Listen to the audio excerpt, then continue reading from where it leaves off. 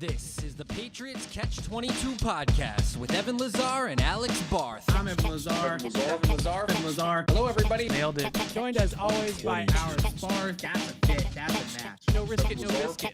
22. Here is Evan Lazar and Alex Barth. You developed a quarterback you drafted 3 years ago. You don't let Tom Brady walk out the door without a backup plan. This was my whole thing I was screaming about for months about you don't want to go back in the quarterback carousel. Because you're right. It is scary. It is scary taking a quarterback in the top 10. Well, here we are. I mean, is it not scary? What a perfect way to start off this show. Is this not scary? Welcome. You thought when and I'm not saying it wasn't when Brady left. It was we're tough. Like, what's the guy? I'm gonna butcher it. Just keep going. I'm not saying that when Brady left, it wasn't uncharted territory, but you want to talk about uncharted territory. You want to talk about the great unknown. Yeah. New England Patriots fans. We're in it. Welcome to the great unknown. And, it's interesting, Alex, and, Alex Barth, Evan Lazar, Patriots Catch-22.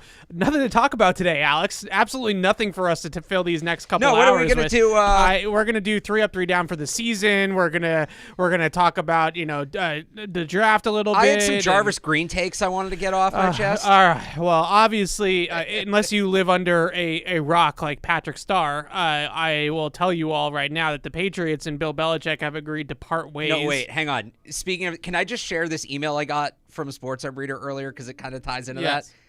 I got an email from somebody earlier today asking me when the preseason opponents are released. I got this 20 minutes ago. To fry, bud.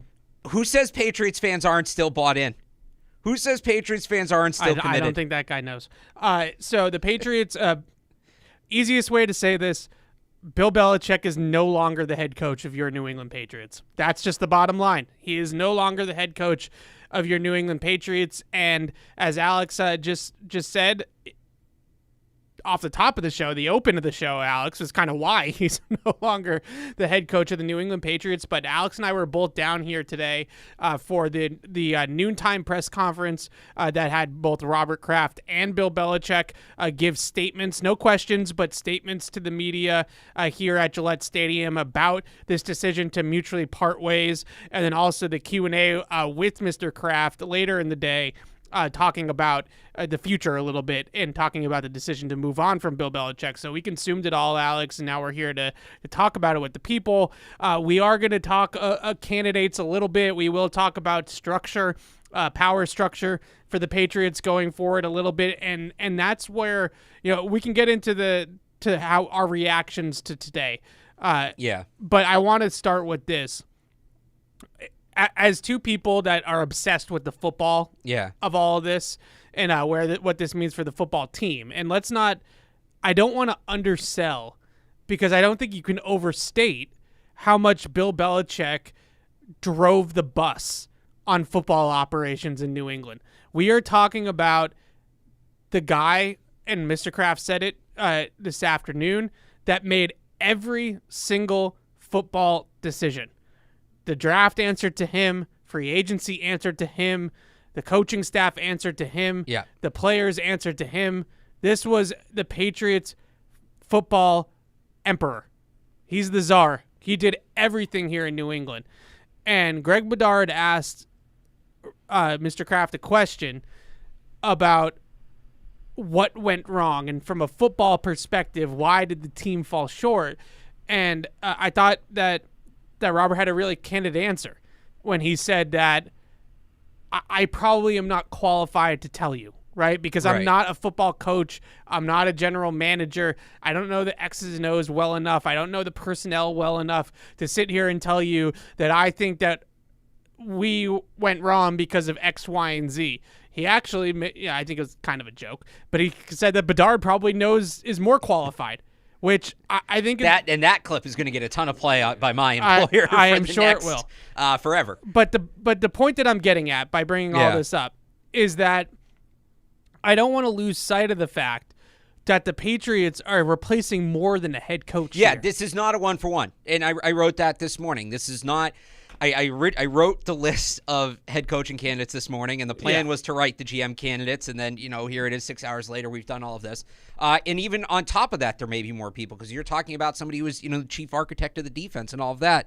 There is so much to do now. There's so many roles to fill. Some of them will certainly be filled by people, I think, in-house. Some of them will be filled by external candidates, and some of them might get split up and roles might be changed again. This is uncharted territory. It's all going to look very different from here on out. Right. So with that in mind, I think when we start to talk about future succession plans, things like that, I think it's important to talk about it as who is going to be advising Robert Kraft and Jonathan Kraft on these hires. Because if they're sitting there telling you that they aren't really qualified to tell you what went wrong X's and O's football-wise with the Patriots over the last 3 or 4 years, then they probably are going to be consulting or advising with someone because their consultant, their consigliere, just walked out the door. Right. So now they need to go ahead and find somebody different. And that's why I wonder, this is sort of my take on this, that's why I wonder, and I think we're in maybe similar headspaces, is there a role moving forward that is president of football operations? Not the general manager. Yeah. Those are two different people, right? Right. The president of football operations. I think there's two different ways to go with this, because we see sometimes teams will bring in consultants for hiring searches, right, and that's it. That's the role.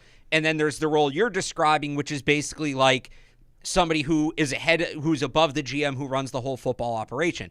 To the first part, there was a report last week that the Krafts were Robert Kraft was talking to a bunch of people about what to do. And that report was kind of, I think, viewed as what to do about Bill. Do you keep him? Do you fire him? Do you change his role? And I thought Robert, by the way, had a very good answer on that as well. But I also wonder if some of those conversations were about, well, if I do move on from Bill, what do I do? And I go back to Ben Volen reported they were speaking with Scott Pioli. Yeah. Like, he's the kind of guy where I don't think you're going to hire Scott Pioli. But as a consultant. Just, hey, who do you think? How should this thing be set up? Who should I put where, like that? The other role you're talking about, the president of football operations, is somebody to both oversee the GM and head coach and be a go-between between the GM and head coach. And you used Cam Neely as an example of that earlier. Mike Lynch is another guy. John Lynch is another guy that fits that role. I kind of spoiled where I'm going with this, but we both kind of walked in here. I don't remember who asked the other one, but we just kind of said, is there a way that both Mike Vrabel and Gerard Mayo end up here? And that may be what that structure would look like. Yeah, so I just pulled it up because I wanted to get the roles correct. Yeah. So technically, John Lynch's role in San Francisco is president of football operations / general manager. Yeah, I thought he was the GM, but technically. So that one's a little different. And then Adam Peters is the assistant general manager, who's probably one of the hottest GM candidates on the market right now. And then my understanding is that Kyle Shanahan has a big hand, the head coach obviously, has a big hand in personnel as well. So I look at it in their power structure. I would say that John Lynch is the president of football operations / general manager. Adam Peters is essentially their macro, right? Like, he's like their scouting nerd. He's the one that's really putting the board together, I would say. And then him and Kyle Shanahan are the ones that are then presenting to John Lynch, this is who we want to pick and why. And I wonder if the Patriots will have a similar sort of hierarchy where they have a head coach, and whether they call it assistant general manager or director of player personnel, it's basically the same thing. They have a head coach and a director of player personnel that are hatching their plan and doing the actual hardcore scouting of, going on the road during the fall for the GM, for the director of player personnel, going to the combine, going to the pro days, going to the Senior Bowl, doing all those types of things. And then they then present a united front to a Mike Vrabel type, to a John Lynch type, and say, this is what we think we are going to do. Because in a lot of ways, from what I understand of it, for the Patriots, I think that's how it was in a lot of ways with Bill. I think Bill allowed the scouting department to really do the nitty-gritty work of putting their draft board together, of putting their list of free agents together. Macro, Elliott Wolf, Cameron Williams, the college scouting director. those guys were the guys that were boots on the ground. They're the ones that were out at all these things, and they're the ones that are traveling around in the fall season to all these colleges and things like that. And then they said to Bill, here is our list. Like, this is our board. And then Bill was then go ahead and have final say on who they actually pick at the end of the day. And I wonder if they're going to do that same exact thing, but it's just instead of it all being on the head coach, there's going to be like 2 or 3 different people that kind of come together and make those decisions. I'll give you another one too, is John Elway in Denver, right? Yeah. Where John Elway was George Patton's the GM, Yep. and there was somebody else before that I don't remember, but they would kind of go into Elway. Yeah. And I know it didn't work out great in Denver and some of these, but like that's kind of the structure you're looking at. And I would even say, so we threw this out as, is there a way to get Mayo and Vrabel, in the building together? Even if not, this is still something I'd try to put together in some sort of way. Right. So there are people, and I brought this up on PU, and Fred has said this in the past, that feel like Gerard Mayo is the best guy to maybe go upstairs because he has a business background. He's worked outside of football for a couple years there, and he, from what everybody hears about Gerard, he has that kind of businessman acumen, like he's kind of got that business. Right. He's got that savvy to him. So maybe he's more like that. But I look at it and say, well, Vrabel has coached the Titans for 6 years. I think that he, between playing for 8 years with the Patriots and playing for more than that in the NFL, and over a decade in the NFL, and then coaching a little bit in Houston as an assistant, then 6 years on the sideline with the Titans as the head coach, he probably has more of the NFL background to make that leap if he would want to do something like that. Maybe he still wants to coach, and that would take this off the board. Like if he still has a passion for being a hands-on coach and things like that, and that would take this off the board. But I just, if you're a Patriot fan, I mean, I know there's a lot of people out there that want to blow it up and want to go a completely new direction, right? Like, let's hire Ben Johnson with, Adam Peters or who, whatever. Like, I'm just throwing out names now, but like guys that are, Adam Peters was here, but the point being is that guys that are not touched by Bill, right? Like that are a little bit outside the circle of trust. And I can understand that. I just think that there's going to be, I don't think that's the way that it's going to go. I just think that there's going to be a little bit of the dynasty still in this building. And maybe the way I look at it and the way, kind of segueing into what happened today, the way I look at it is that I don't think that in business you don't completely redo what you do most of the time, right? Like Apple isn't going to just stop making computers. But Apple, when the time comes... didn't they try? Like, wasn't that a whole thing? Like, Steve Jobs was there, and then he left, and then they... Or am I thinking of DreamWorks or something? I'm just using Apple as an example. They're not going to stop making computers.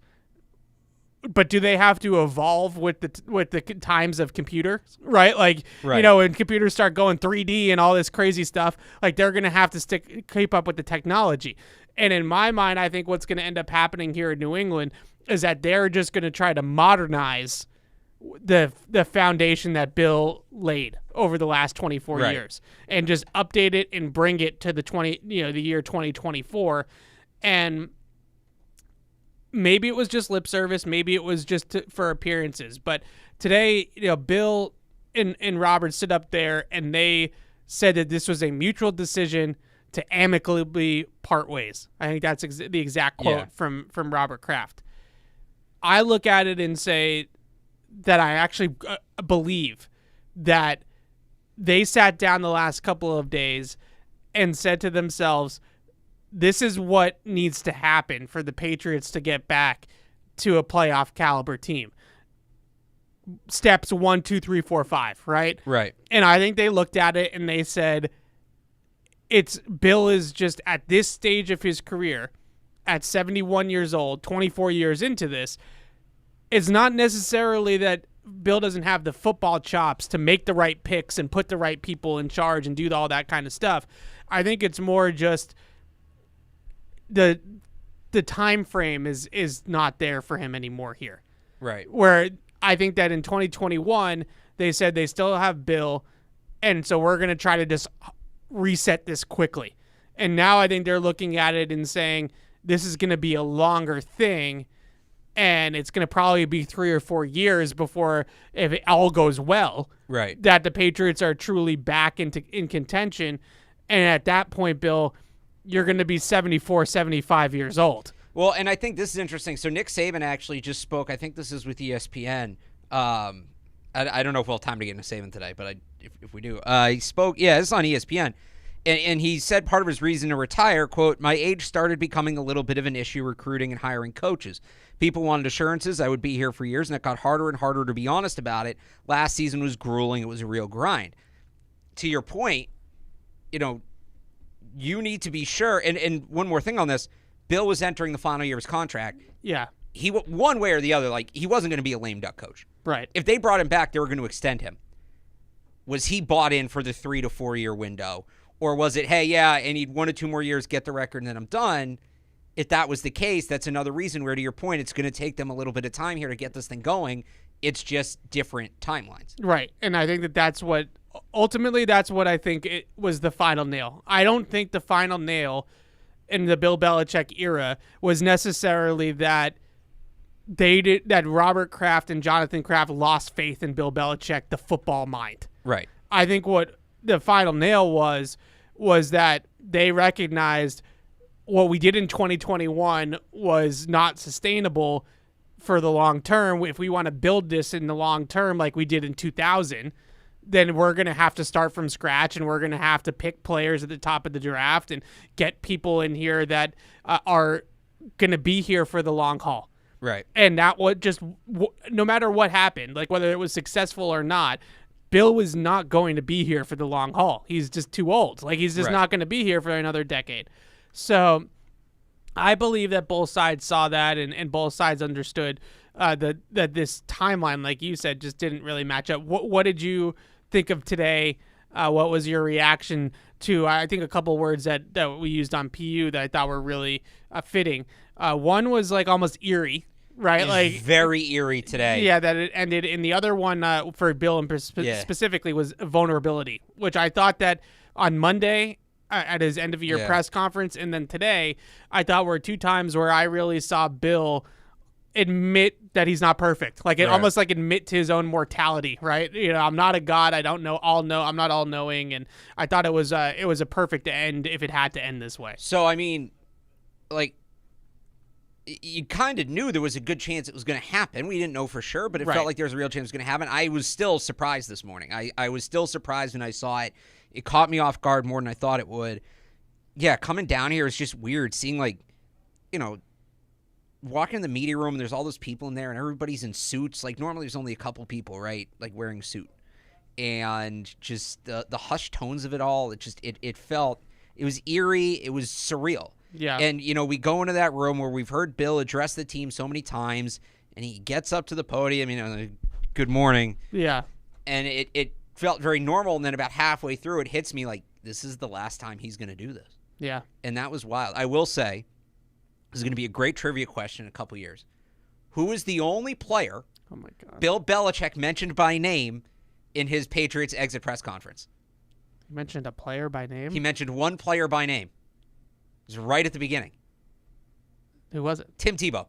Oh, God. Because he made the joke about all the cameras. Why? Why? But it was but that's the thing. It was this is this monumental occasion, and he goes up there and he's cracking Tebow jokes. Yeah. It was what, is this real? What is going on? And then Kraft at the end cracks the joke about, I'd give him a kiss, but he's got a cold.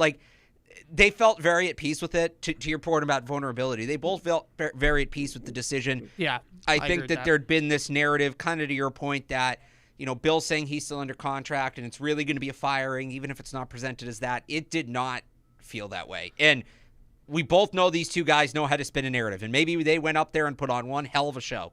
I wouldn't rule that out, but give them an Oscar, because they did a great job with that in really carrying. And Bill talked about it being an important day for him. Robert kept talking about it being an emotional day. Yeah. Bill got choked. Bill got choked up. Yeah, he did. Bill got choked up.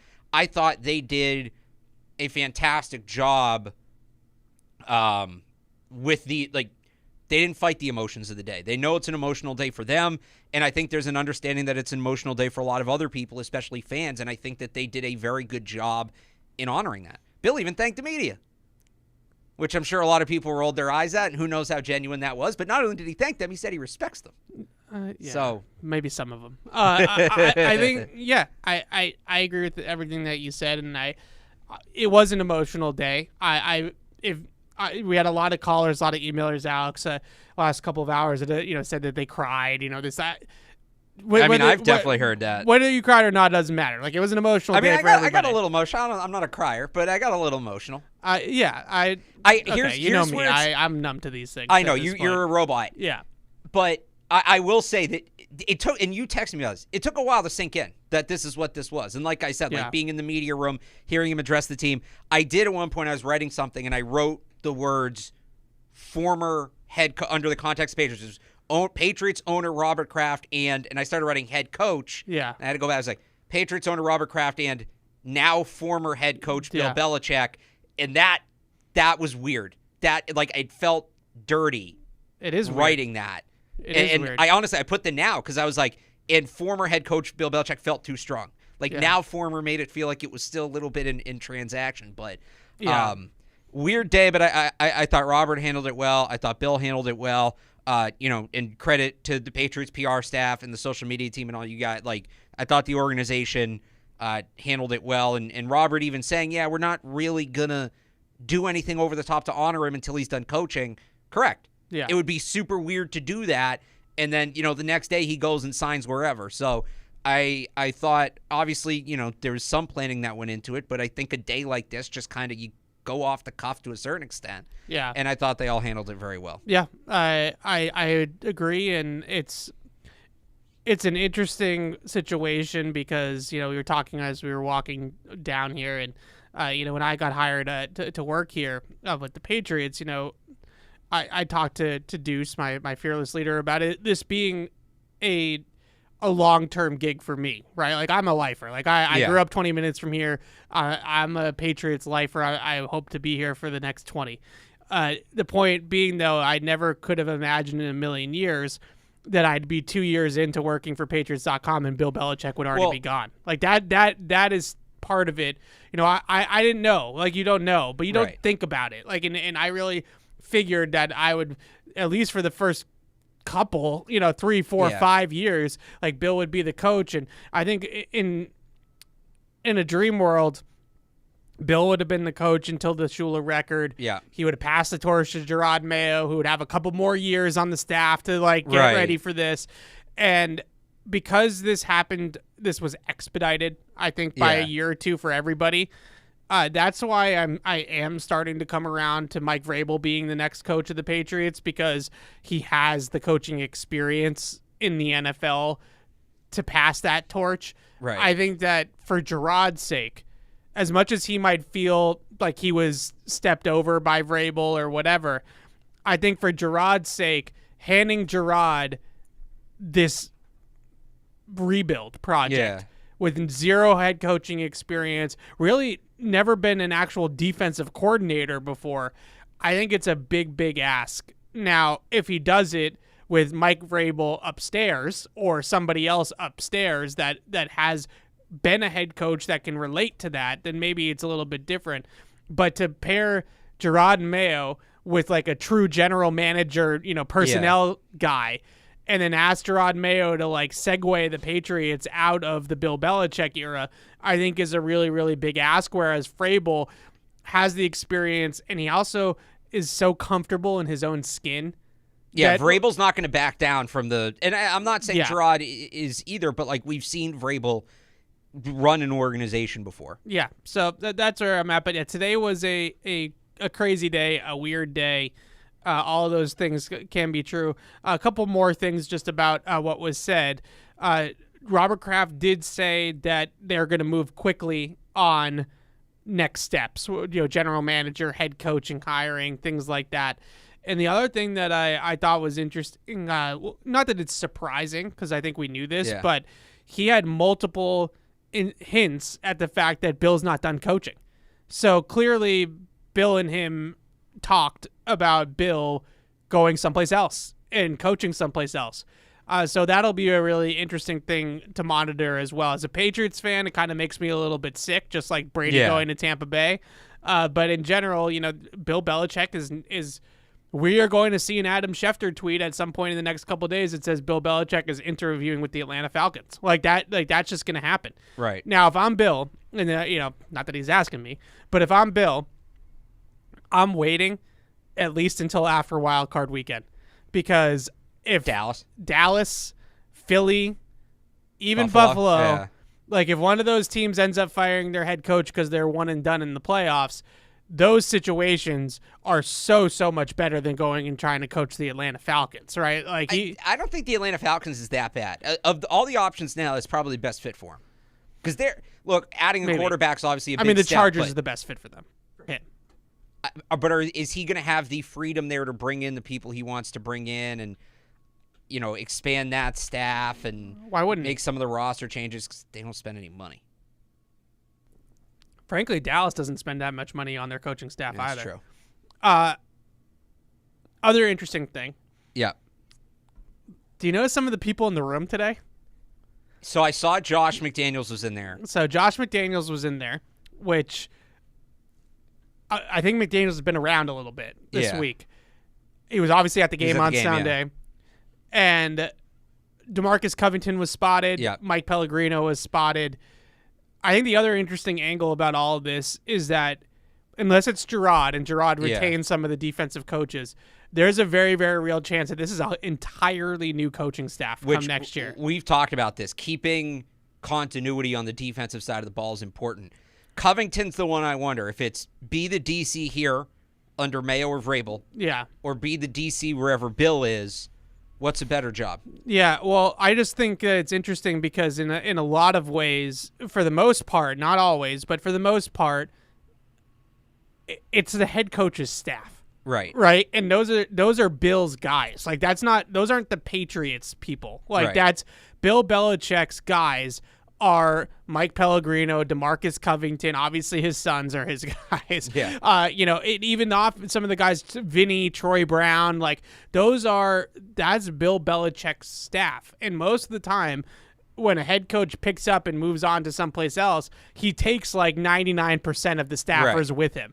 So I think that there's a really good chance that next year we see basically the Patriots' last coaching staff here. I can't say current anymore. Right. The Patriots' last regime here is basically going to pick up sticks and go to Atlanta and put sticks down, and all of a sudden it's going to be like Josh McDaniels, offensive coordinator, with all the Patriots coaches, which is I think going to be bizarre. I do wonder for some of the defensive guys, because they obviously have a relationship with Mayo as well. If he's the guy, it's maybe a little bit different. Mayo, maybe some guys stay. But yeah, you're right. It's Bill's. He's going to take people with him, and it's not just going to be that. It's going to be people who have been here. Does a guy like Matt Patricia follow him there? Does a guy like Patrick Graham? I don't know if he's officially been fired by the Raiders yet, but he's they're going to have a new coach. I'll tell you another guy that I don't think I saw him today, but Joe Judge is definitely going wherever Bill goes. Oh yeah. So Judge, McDaniels, Patricia. Those three are going wherever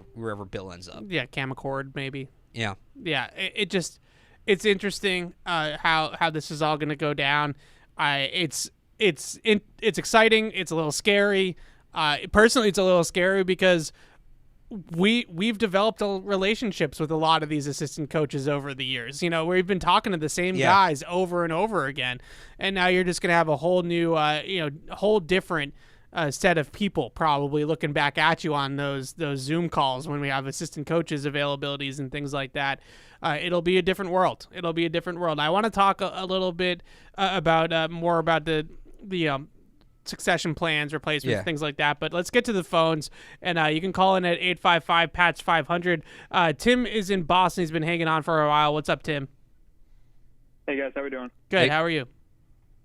I'm all right. It's an emotional day. I'm one of these young callers. I'm 23. With Bill and Tom, add in Bergeron and Ortiz, it feels like everyone I grew up watching is gone. Hear that? It's a weird feeling. Oh, yeah. But in terms of the future, I think my ideal scenario would be Vrabel with Arthur Smith as the OC and Adam Peters as the GM. and I want to know how we can get Mayo into that building with them. Yeah, thanks for the call, Tim. And this is another thing that we, before we get to his question there, that we were talking about earlier. For people like you and me, I'm 31. You're what, 29? 29. Don't call me 30 yet. I still got 2 months, 2.5 months. You're 30. Don't call me 30 yet. We're both old. Not 30. For people like us, and I was, candidly, like I don't remember Pete Carroll. Like, I don't remember Pete Carroll. Right. I remember vaguely watching those teams, but I didn't know who the head coach was. I don't. And I don't remember Bill Parcells, obviously, at all. Like, you hate Bill Parcells, too. You wouldn't admit if you did. Well, I was born in 92. Yeah. Bill Parcells' last year with the team was 96. Yeah. So I would have been 4 years old when the Patriots made that Super Bowl with Bill Parcells. Right. No recollection of that whatsoever. I have a little bit of recollection of Drew Bledsoe just because of the 2000, 2001 seasons, but nothing before that. And I think a lot of Patriots fans are like us and relate to that, and that we don't know another head coach. Like, we have never seen another, like, as much as you could almost say the same thing about Brady, I do remember Drew Bledsoe. Right. And I do remember the year with Matt Castle and all that kind of stuff. So I've seen another person quarterback the Patriots before Tom Brady. I have zero recollection of another coach coaching the Patriots other than Bill Belichick. I used to say when I was in college and, I went to school in New York, so I had a bunch of friends that were Jets fans, unfortunately.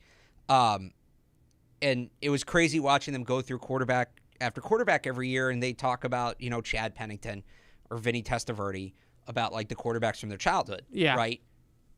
I was 24 still watching my childhood quarterback. Like, it probably stunted me growing up a little bit. Then I'm like, oh, it's Tom Brady, just like I was 6. Yeah.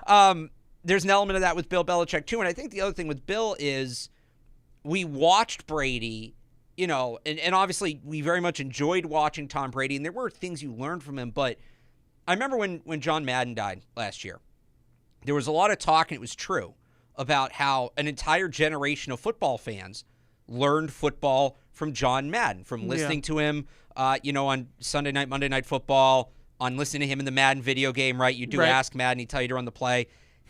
I would say... halfback dive. Right. No, but he'd be like, what you're going to want to do is throw it to your receiver here unless you see this. Like, I still hear sometimes, go back, play Madden 04, hit Ask Madden. He would tell you why. I mean, there's like 5 different cuts, but tells you why you're running the play he's telling you to run. That, I think, is true for Patriots fans who grew up in New England watching Belichick. A lot of I don't want to speak for everybody, but I think for a lot of Patriots fans of a certain age, our core beliefs, our core concepts when it comes to football are things we heard Bill Belichick say. I think a lot of the ways we learned the game was, it can just be things as simple as terminology, was just listening to Bill Belichick talk. And I continue to learn throughout my time on the beat, but really early on, like my early foundational football knowledge, like a clip I go back to, one of my favorite all-time Belichick clips, it's so minor. It's on... I don't remember if it's on the 03 or 04 Super Bowl DVD, but it's early in the video. That you watch every day. That I mean... you watch it once a week. So my annual tradition was when the Patriots were in the playoffs every year to watch it the night before the first playoff game. Watch all the DVDs, and then that became like a 12-hour event. Yeah. But there's one clip where it's early on, and they're in camp, and they're talking about Bill Belichick's attention to detail, and I can't remember the offensive lineman he's talking to. I think it's... I'm going to look in a second, because I know the number off the top of my head. But... they're running a red zone drill. Yeah. And they're like backed up to the end zone, right? And one of the defensive linemen jumps off sides. And Bill pulls him aside and goes, all right, in this situation, offense is backed up on the goal line. Offense jumps off sides. What happens? Offense false starts. What happens? And the lineman goes, nothing. He goes, you jump off sides. What happens? He goes, 5 yards. He goes, that's right. So, like, in that situation, you can't be jumping off sides. You're the only one giving up. And it sounds like a minor thing. But I think about that all the time. Yeah. And those sorts of things, we all learned a lot, just the X's and O's, the ins and outs, the minutiae of football, watching Bill Belichick. Yeah, he's our Vince Lombardi. That's it. Like, he's our Vince Lombardi. He will always be synonymous with Patriots football. He always will be Patriots football. It was Bobby. Did I say Anthony Pleasant or Bobby Hamilton? It was Bobby Hamilton. He will be Patriots football for me for the rest of my life. Like, he is synonymous with the brand at this point, and he should not just he is football. Yeah, he is football. Like so much of my basis of knowledge of the game is just based on watching him and watching his teams for 20-something years growing up. Yeah. So we talked a little bit at the top of the show about Mike Vrabel and Gerard Mayo. And Yeah. I think a lot of fans, this is a lot of people's opinion now, is those are two bright football minds. Yeah. Two guys that we can relate to, that we know, we're familiar with. It's a soft landing for the Crafts, absolutely, to land one of those two guys. Probably Vrabel more than Mayo, just because of the experience. Let's say coaching. relatively. So I don't think anything about this is a soft landing. Moving on from Bill Belichick, but relatively speaking, yeah. If you brought in, one of you, the people that you hate, like not that Brandon Staley is not on the list. oh my God, could you imagine? But I'm just saying, like, we if wouldn't you, be able to do this show anymore. if you brought in one of these like unknown hotshot candidate type people, like Yeah. Brandon Staley was a couple years ago at the Chargers, I think people would be a little bit, not a little bit. I think people would be very nervous about something like that. Vrabel and Mayo are comfortable hires, They're familiar. right? And by the way, I don't think that's just the fans feel that way. I think the Crafts feel that Yeah. way. So And I don't how blame do them we for get that. them both in the building at the same time? I don't think, but I never rule anything out. Yeah. Because I just don't. I don't rule anything out. And I don't think that Gerard Mayo would take the defensive coordinator job under Mike Vrabel, simply because I think that he was, if not directly promised to be the succession plan, was probably wink, wink, nod, nodded as the succession plan. And I think he would feel slighted by that. But if he could let his ego not get in the way for a second, him having the official title of defensive coordinator, running that side of the ball, because Vrabel, let's face it, is Vrabel for the better, by the way, is really going to be more of like a CEO type as the head coach. Right. He's going to have a Bill O'Brien running the offense, Arthur Smith running the offense, something like that, Gerard Mayo running the defense, and he's going to be the guy overseeing all of it. As I think that ideally the structure is for really successful head coaches. If he can do that, if Gerard Mayo can stomach that, then I can see that benefiting his career, because now if he interviews in a cycle or he interviews in 2 cycles, he can now say to people, well, I'm running the defense in New England. Whereas now I think there is a lot of, well, what the heck is it that you do around there, Gerard? And I mean that in a respectful way. I don't mean to say he does nothing. I just think that a lot of people on the outside have no clue what he actually does in New England.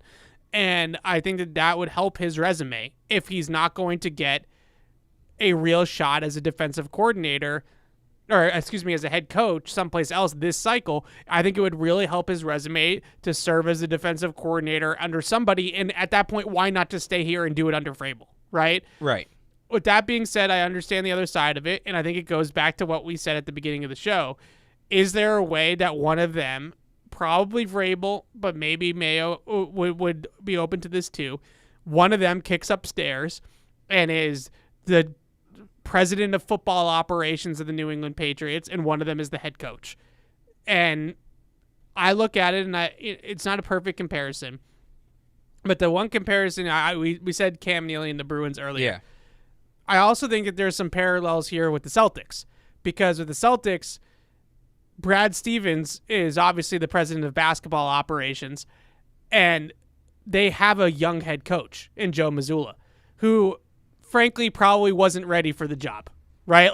That just is the reality of it. But because they had a guy in the building in Brad Stevens who was a head coach, he can help hold Joe Mazzulla's hand through some of the more difficult it's things. a little different because the in-game coaching holds much more weight in the NFL. To an extent. I mean, there's definitely in-game coaching in the NBA too, though. Well, but my point is, Joe Mazzulla screws up a random game in November, whatever. Fair. But the point being is that I think it would really help a Gerard Mayo to have somebody upstairs who was a head coach and knows what that is like. I think that helps either way, regardless of the Vrabel thing. Yeah. Could that be Bill O'Brien? Because he's already in the building. Or even Josh McDaniels.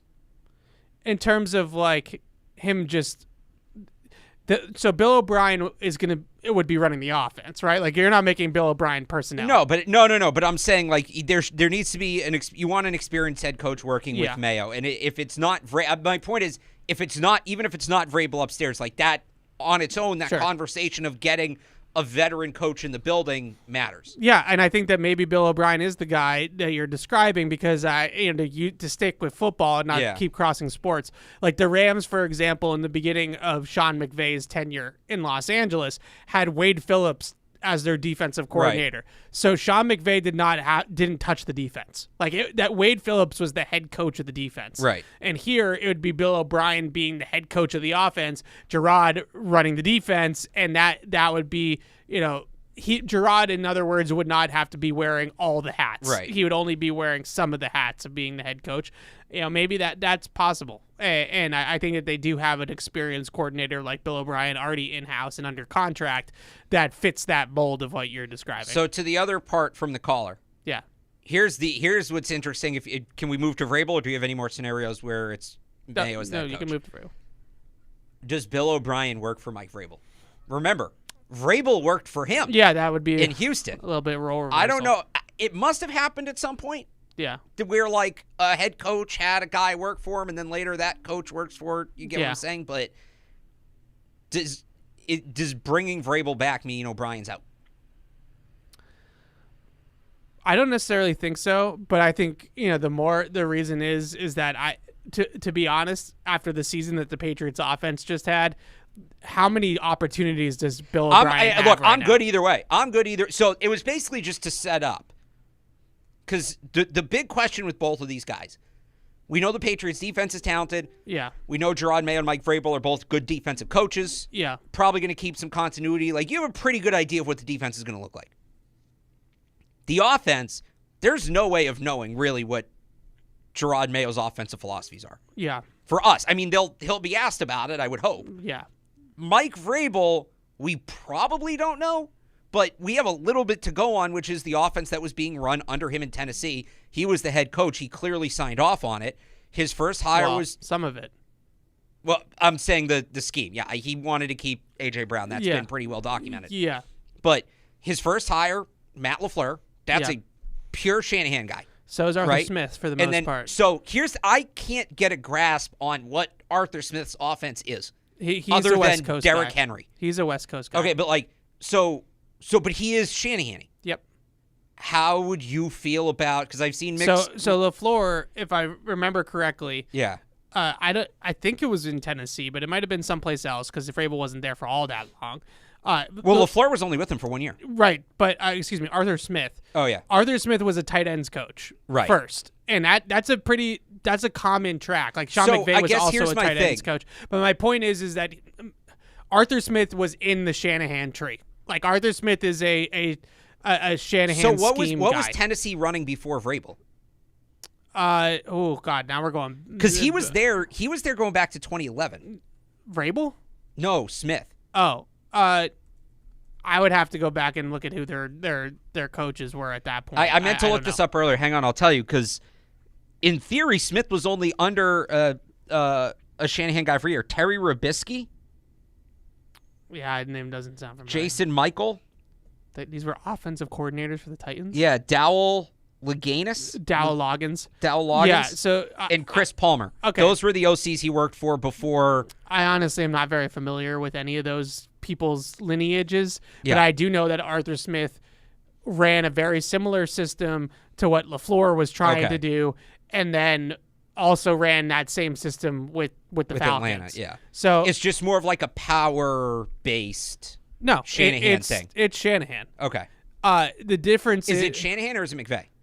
Shanahan. Okay. I would say under center, outside zone based, wide zone based scheme, with inside zone duo to get downhill off of it.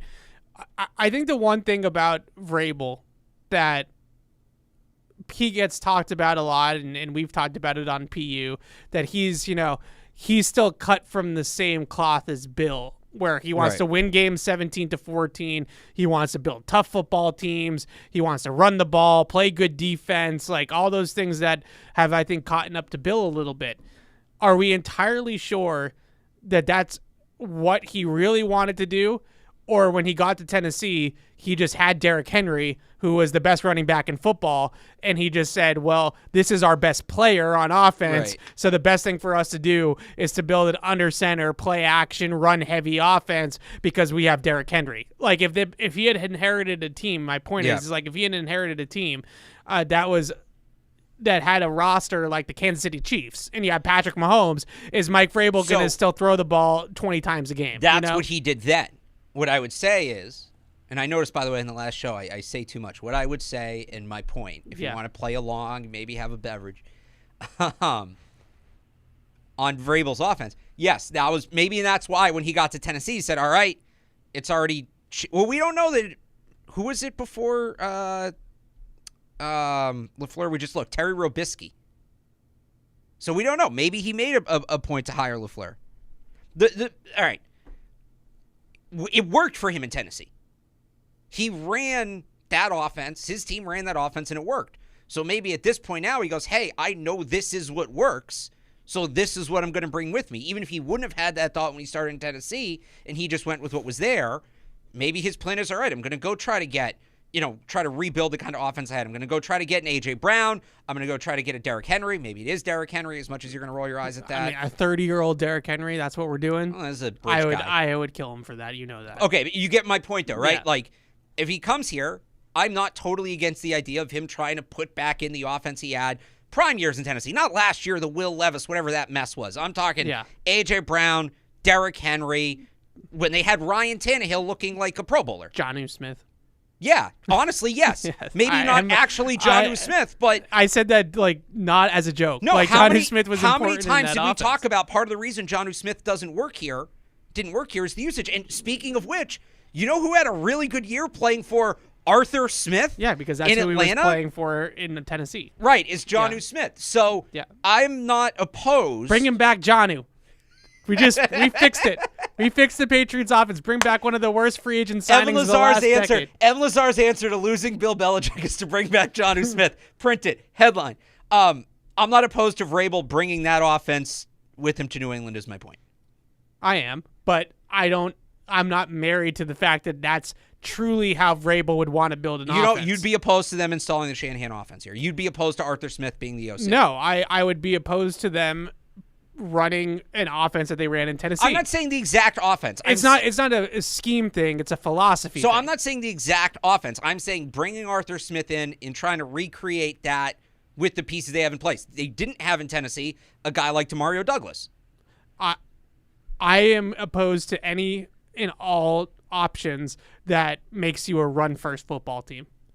I just don't want that. I don't want it. The Niners are run first. The Niners are their own thing. You can't we can't. But that's the Shanahan offense. Niners. That's what we're talking about. No, but the Niners run it in the Niners are it's you can't always I can't do that with the Niners. Like the Niners have Deebo Samuel, Brandon Ayuk, George Kittle, Christian McCaffrey. But isn't that the whole point here? Isn't that why Bill Belichick was moved on from? If you get me the Avengers to play the 49ers offense, then sure, I will run it. But wasn't this the point of moving on from Bill Belichick, that the player personnel has not been good enough and the idea is they're going to start having better players? Yeah, but I just think that the mindset of this, it's a philosophy thing, right? Okay. I don't care about the scheme right now, believe it or not.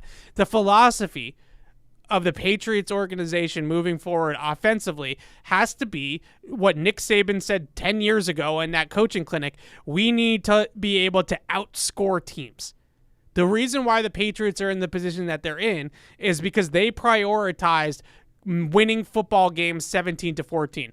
They draft 3 picks in the top 100 on defense. They spend all their money on the defensive side of the ball. They have all sorts of depth on defense. You know why the Patriots, Alex, were able to stay afloat on defense with all the injuries that they had on that side? Because they actually built the defense. Okay. Right? So, but that's the point. If the organization doesn't change its philosophy to you need to be able to win football games in different ways, right? You can't just be a one-trick pony. But until the organization gets back to a point where they can win a shootout and they can outscore people, they are not going to win football games at a high level. They're just not. That's the bottom line. So everything needs to be quarterback, receiver, tackle. Like, that needs to be the emphasis. Now, how Arthur Smith or Bill O'Brien cooks it up once they get those pieces is up to them. Okay, so hang on. Couple things. First off, you said, all right, they need to be able to win a shootout. Arthur Smith's 3 years in Tennessee. Finished 10th in scoring, finished 4th in scoring, finished 15th in scoring. Correct, but they were built. Derrick Henry, out of all the arguments that we've had about running back value and stuff like that, over the last decade in the NFL, the only running back that you can correlate play action success to this person's on the field is Derrick Henry. Like, he's the only running back that truly mattered. Look, honestly. So to get back to it, yes or no, Arthur Smith is OC? You would be in on that, yes or no? Not my first choice, but I understand it. Yes, I would probably rather him be on the staff not the OC. Arthur Smith or Bill O'Brien? Who's the quarterback? They're picking the quarterback. Like, you're hiring your offense coordinator to help pick the quarterback. I'd say Bill O'Brien. Okay. Because I think Bill O'Brien's background is in quarterbacks. Well, all right. You know what? Jaden Daniels. Jaden Daniels is the quarterback. Bill O'Brien. Okay. Arthur Smith or Josh McDaniels? McDaniels. You know I like McDaniels. Okay, so you don't want Arthur Smith? Not really. All right. It's not like I wouldn't riot if they hired Arthur Smith. But I think that in a lot of ways, Arthur Smith's offense, for example, just because this is what we're going to be doing for the next until they hire somebody. Right. Arthur Smith's offense, I think, would work really well with Drake May. Like, I think a quarterback like Drake May, he's a little Tannehill-y. I could see that. That could just that could chuck it off play action. That could move around off bootlegs and things like that a little bit. That could then on third down just get us a first down, right? Like, you know, he could do those types of things. That's I think a lot of what Arthur. Yeah, he is a little bit Tannehill-y. Like, I think his ceiling is higher. In terms of being consistent for a longer period of time. But Tannehill, athlete, did you know that Ryan Tannehill used to play wide receiver, Alex? I don't know if people have heard that. So, athlete, like that type of guy. Jaden Daniels, what I find interesting about Jaden Daniels for Bill O'Brien is Jaden Daniels at this stage of his career that much different than what Deshaun Watson was at the beginning in Houston? And Deshaun Watson's best years were with Bill O'Brien. Bill O'Brien made Deshaun Watson a franchise quarterback. Now, maybe Deshaun Watson would have gotten there on his own anyways because he's that talented, but the point is that Bill O'Brien did a really good job with Deshaun Watson in Houston. So I wouldn't mind handing Jaden Daniels off to Bill O'Brien. I wouldn't. Okay. He also did a really good job with Bryce Young in Alabama, right? So I heard Bryce Young for a second, and I was like, what? Who's doing a good job with Bryce Young? But you're right. So I think that Bill O'Brien can coach those kind of guys. And I don't know. That I'm not...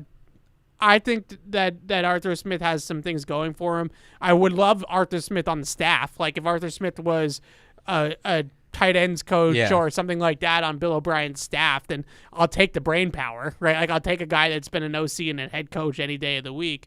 What did you make of take some more calls in a second, but what did you make of McDaniels being here today? Because that to me looks like a guy that's hitching his wagon to Bill Belichick. Wherever Bill goes next, McDaniels is I thought he was here for Bill. Yeah. I thought he was here for Bill. Not only he followed as soon as Bill left the podium, he left with Bill's people. Go to get on the plane to go to Atlanta. Yeah, wherever the hell they're going. The point being is that Josh McDaniels, I think we can pretty safely rule Josh McDaniels out as a coach here. I think that he's as the head coach. Look, I think he's going into Crafts. I think the Crafts like him too, and I think he likes the Crafts. And maybe I'd imagine Bill will want him, but maybe the Crafts get competitive there. That's what's going to be interesting. There's a handful of guys: DeMarcus Covington, Josh McDaniels. That might be it. Maybe there's some front office guys that you could realistically see Bill bid against the Crafts for. Yeah. And again, I don't think that's, like you said, most of the guys are going to go with Bill because they're his guys. I'm trying to think off the top of my head, is there anybody else really that fits? Why am I blanking on his name? Front office, Matt Ohio Corral? State. No, further Cam down. Williams? Cam Williams. I could see Cam Williams staying. Well, what if Bill wants him and the Crafts want? I'm saying there's going to be a couple of guys, and we may not know I think that a lot of those guys in the front office, because this is just usually how it works, Yeah. and I think people should prepare for this as well. Guys like Cameron Williams, or college scouting director for people that don't know, Cameron Williams. Guys like that usually stay on through the draft because you can't just like start a whole new board in January. They've been doing so much prep. Yeah, those guys coaching, the scouting season's very different. The scouting timeline's very different. Right. So usually guys like Cameron Williams and like the regional scouts, the national scouts, people like that, they'll stay on through the draft, and then if their contracts are up or if the new GM wants to hire his own people in May, those guys will move on, and that's when the GM will bring in all of his guys. But no matter who the GM is, whether it's John Robinson, Adam Peters, or somebody totally outside the tree, the next guy is probably going to be working with the current Patriots college scouting staff on the draft. And that doesn't necessarily mean the same draft approach. No, it just means that they've already done all the homework. Right. So and the reality is too, if it's somebody like Adam Peters, he's been doing it already. He's been doing it in San Francisco. Yeah. So it's just it's not every single scout being fired doesn't mean that all of a sudden the approach is going to be the same. Yep. All right. Patty is in Agawam. What's up, Patty? By the way, Adam Peters, right? Adam Peters. I don't know. All right, whatever. Patty, you there? I'm here, guys. Hey. Can you hear me okay? Yep, we got you. What's up? All right. I hope you'll give me a little bit of a buy-in. I'll try and make it as quick as I possibly can. I want to propose a question that I don't think anyone's brought up, and I got to give you guys some props at the end, too. But first off, Alex, I think Marquise Hill was the player you're thinking of in the 2000. Oh, you might be right. It was 2004. You're right. The late Marquise Hill. Yeah. Because he was telling them the situation, they're backed up. You jump offside to give them 5 yards. If they jump, you're giving them like an inch. It shows them an inch. Yeah, he holds his fingers up. He goes, "How much do they get?" That much. That much. Yeah. I got nothing bad to say about Bill. I know I've been complaining about him for a little bit, but the guy's a legend. Whoever comes in, whether it's Vrabel, Mayo, whoever, it's a tough act to follow. And personally, I think the time was right. I think how they handled it was the exact way that they should have handled it. Yeah, I know that there's going to be fans clamoring for, they want picks, they want this, and they want that. There's nothing there. To me, there was nothing better than to see them handle it in a mature and responsible way. As far as like draft goes, Jaden Daniels, Joe Alt. I want one of those two guys. I'm not sold on anybody else minus maybe like Caleb Williams. But just to get back to Bill too, do you guys think? Here's the question: do you think that the 2020 year, puts such a bad taste in Bill's mouth of having a losing record, even though it was 7-9, one game below 500, that he became a little too impatient coming into the 2021 season? And here's where I'm going. Instead of feeling like, oh, I need the pressure's on me. I got to win. I got to win now. I got to win this year, and basically revamping almost the entire team, mostly on offense. They could have re-signed Joe Thuney to a big deal. They could have maybe, instead of getting Mac Jones, traded up and gotten a guy like the prototypical Bill Belichick defensive player, Micah Parsons, and maybe been a little bit patient on trying to find like that guy, the next dude at quarterback. And Alex, you called it. You called it on TV when you said the timeline on how you thought it was going to happen. How you thought that they would sit and meet for a couple days, and Thursday morning something was going to happen. You were right. And Evan, you would better be a Patriots lifer. That's what I'm saying. You're stuck with me, Patty. Years, I better be stuck with you. And Alex, if your contract runs up, I hope to hell that you joined the .com team, because it is the best team. It's, aside from you guys on CLNS. It's you guys are the only guys that I listen to. I love listening to Patriots Unfiltered. I love listening to the dynamic that you guys have, even before you started Catch-22 on TV. But man, it's an end of an era. Every Patriots fan should be celebrating it. And one thing I'm not worried about is I am not worried about the crap. You know, I lived through terrible ownership with the Sullivans and James Ortholine and Victor frickin' Kayam. Whatever direction they decide to go in, I know it's going to be a positive one. And if it doesn't work, if it's not working after a few years, they're smart enough to know when to move on. That's all I got, guys. Keep up the great work. Thanks, Patty. Thanks for the call. We always appreciate you calling. Yeah, I'm not in. going anywhere either. Yeah, you know, we're the Paul Perillo and Fred Kirsch, you know, path right now, right? Like we're gonna be here until they kick us out. So a couple of things there. You know, I agree 100% that I would rather this than get the 2024, 2025 third round pick for Bill from Atlanta, right? Like I would much rather them end amicably, end on good terms. And I thought today, you know, one of the other things that I mentioned earlier that we didn't, Nicole Yang from the Globe asked Robert Kraft if they considered taking GM personnel power away from Bill but retaining Bill as the head coach. And Robert Kraft said that they did consider that, and then just said that he didn't think it would work. And I think he's right. Yeah. It just would have, and he kind of said, to paraphrase, but he kind of said, when you have somebody who's had all this power and you take it away and give it to somebody else, it creates a power imbalance and a lack of accountability. And he's exactly right, because we talked about this, Evan. If you take it away from Bill and give it to Dave Ziegler or Matt Groh, what happens when they do something Bill doesn't want? Yeah. Are they going to say no, put their foot down, or is Bill ultimately going to get what he wants? And on the answer about trading, I thought that was fantastic. And Robert even said fans are going to be mad at me for this, and some will, and I understand why. Yeah, but some people are still mad that they didn't get anything for Brady. Right, so, and he mentioned that. He said that in his answer, which I was very surprised. Yeah. He said, compared to the culture we want to build, Tom Brady earned the right to decide what's best for him, and we gave him that. Bill Belichick earned a right, and this is something, honestly, this was for a long time a Bill Belichick tenet. With the players they paid were the guy, it's not just were you the best player, did you carry yourself the way they wanted you to carry yourself? And I think part of the reason things started going downhill was that went away. They were, like, Joe Tooney's a perfect example. Yeah. The kind of guy that we looked at and said, that's the guy the Patriots pay. Steph Gilmore is another one. That's the guy the Patriots always pay, and they didn't. Yeah. And that, so I would I have loved for them to get another pick? Yes. Do I think they could have gotten another pick? Yes.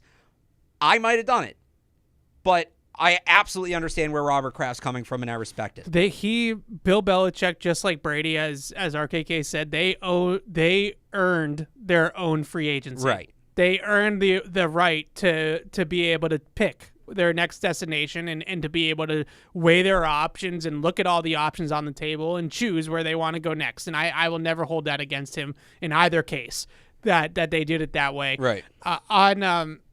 On the rebuild, you know, this last time, right, the first time, I have come to the real, you know, kind of side of the fence here that I actually think that what Patty was sort of saying, I think, was that they did go for the quick fix in 2021. Yeah. They paid a bunch of people in free agency that outside of Matthew Judon and I get, you know, Hunter Henry's been a good Patriot. I think Devon Godchaux has been a good Patriot for the most part. Kendrick Bourne. When they've let him. It's not that they went belly up on all the decisions. Right. But really, outside of Matthew Judon, that entire spending spree didn't really land any blue chip players. Those guys are just not blue chip guys. Like they're not. Well, they're good starters, but they're not blue chip guys. And like Robert Kraft said at the time, most of the time, this is not a sustainable model for success. And what happened is they spent all that money in free agency in 21. They draft the quarterback in the first round. And frankly, they stopped. At that point, they stopped. And all they were trying to do was, okay, yeah, we're going to throw the draft classes on top, right? But all they were trying to do in terms of the rest of the roster was tread water. When they lose a guard, you know, they lose Shaq Mason, they lose Ted Karras, so they draft Cole Strange. In the last offseason, they lose Jacoby Myers, so they signed Juju Smith. It stopped being additions and became replacements. They added in 2021. After that, what move did they make? There's honestly only one that comes to mind. It's super minor. what move did they make to add a player rather than replace a player they lost? The one I can think of is Mike Gesicki. He was their biggest addition for about 3 years. But I don't know. I mean, Mike Gesicki was replacing Jonnu Smith. Actually, yeah, you're right. So they continued to just plug holes at that point, right? They would create a hole in the boat, and then they would plug a hole in the boat, and they would create another hole in the boat, and they would plug a hole in the boat. And I think that all relates back to the fact that they spent a record amount of money in 2021, and they weren't going to keep spending at that rate. Right. So, Bill, you talked about last year, and I know this quote got how much run on your station, right, about the cash spending. And when Bill talked about the cash spending last year, he said that we look at it in 3-year increments. So 2021 basically wiped them out from being big spenders in 22 and 23, right. Simply just because they spent a record amount in that time. So they look at it as a 3-year budget. So now we need to spread the money out over a course of 3 seasons. And at that point, they had already spent their budget in a lot of ways. So they went for the quick fix, and it backfired. It wasn't sustainable. They had one okay season, one playoff appearance, got blown out in the playoffs, and then a down year in 22, and then a catastrophic year in 23. And I think what they look at it now, and they say the next thing needs to be more sustainable. And to Patty's other point, bringing up Joe Alt and bringing up Jaden Daniels, I still am team quarterback. I'm going to be team quarterback. I think when you have the 3rd overall pick in the draft, you only have so many opportunities. And this is the first time we've actually done the show since they've been locked into 3. Yeah. They have so many opportunities. You only have so many opportunities to pick that high. Right. And the Patriots hopefully the Patriots will not be picking this high next year. And you only have so many opportunities with a quarterback class like this. Most quarterback classes don't look like this. Right. So they only have so many opportunities to land a guy like this, like a Jaden Daniels, a Drake May, one of those types of players, and I would take it.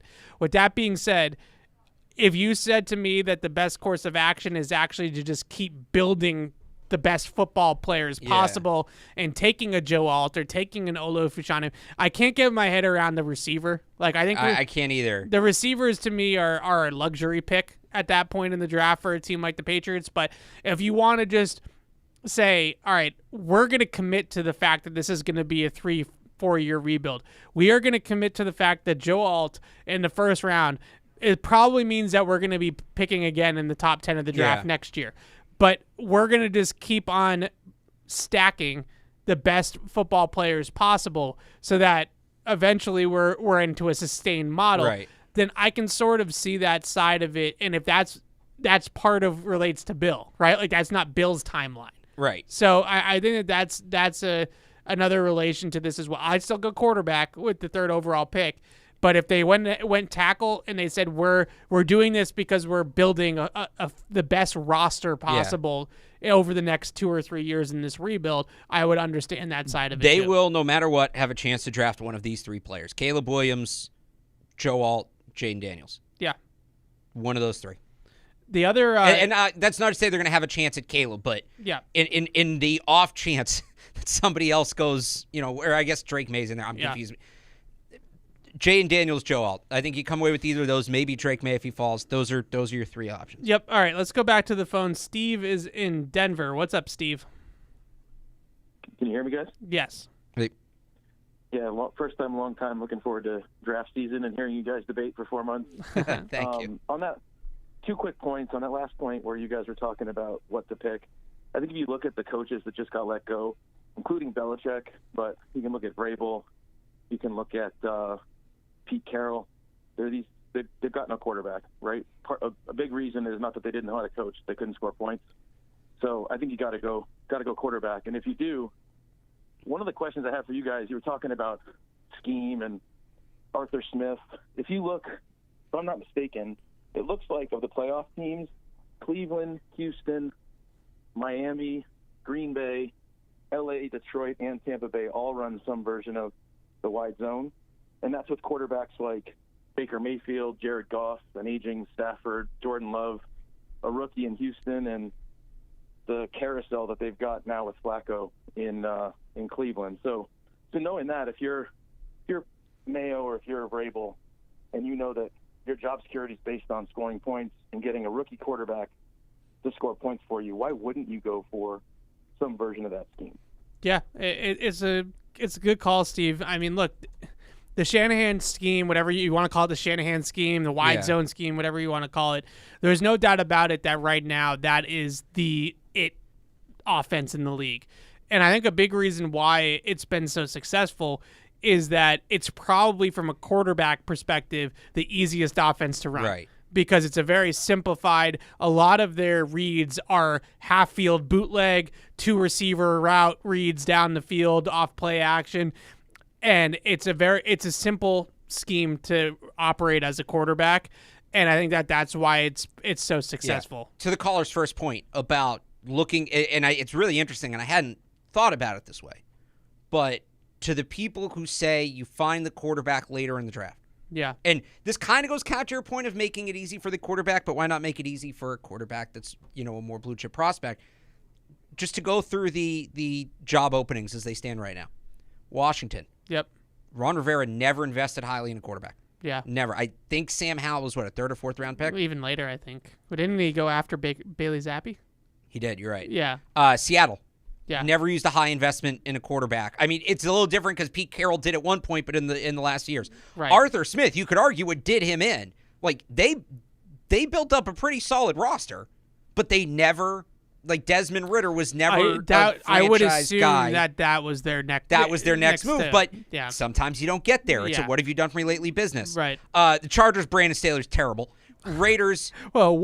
No, I'm just kidding. Raiders invested in a quarterback, but it was Jimmy Garoppolo. So never really invested in a real quarterback. And I think that was probably their next step also. And the Titans. Yeah. Never really invested in a quarterback. Any of the Panthers, who are their own thing. Their own But, mess. I mean, that's what? So there's 7 that's not including the Patriots. The Patriots are honestly the one example of a team that did. Yeah. And it still didn't work out. But of the 7 openings outside of the Patriots, 5 of them are, you could argue, the main reason it's not working out is they never made that premium investment in a quarterback. Yeah. It's just I know it's scary, as we played off the top of the show. I know it's the scary. Carousel, baby. And to your point, and I watched that show back last week, and I killed myself for not saying this to you. Yep. As much as you can relatively be sure about a prospect. Yep. You gotta take the jump, because that's where you are right now. And I'm I don't think I'm trying. So here's the one other thing. I know it's big of me. It's big of me to try. I appreciate you for trying. Yeah. The one other thing I wish I'd said when I watched that debate back we had last week that I didn't, and maybe it's kind of, I don't know. Do better. Some people would consider. I go back and watch the film and see how I can improve. You think I don't? I do that. Like I said, learned a lot from Bill Belichick. I can't hear the sound of my own voice. I hate it. I've learned to kind of put up with it in order to improve. Yeah. I don't know where this stands now. What? Is Jaden Daniels at 3 an overdraft? Is it not? I don't know. Yeah. What I would say is, if you go back and look, people kind of ripped the Chiefs for drafting Patrick Mahomes too high. Yeah, okay. People draft the Seahawks. But people rip the Seahawks. Push back on that a if you draft listen. Yeah. If you draft the right guy, nobody's going to care. If you draft the wrong guy, you drafted the wrong guy anyway. It doesn't matter where you took him. At the end of the day, it's all about where you draft the quarterback's kind of irrelevant. Did you draft the right quarterback? Yes or no? Drafting him high gives you a better chance, because if you truly, there's no, yes, we like Jaden Daniels better than Michael Pratt, but we can get Michael Pratt on day 3. No, period. You like Jaden Daniels better. You think he's the better quarterback, stop. Or, we think Drake May's the guy. If we can get up from 3 to 2, we think Drake May's the guy, but we'll settle for, no, stop. No.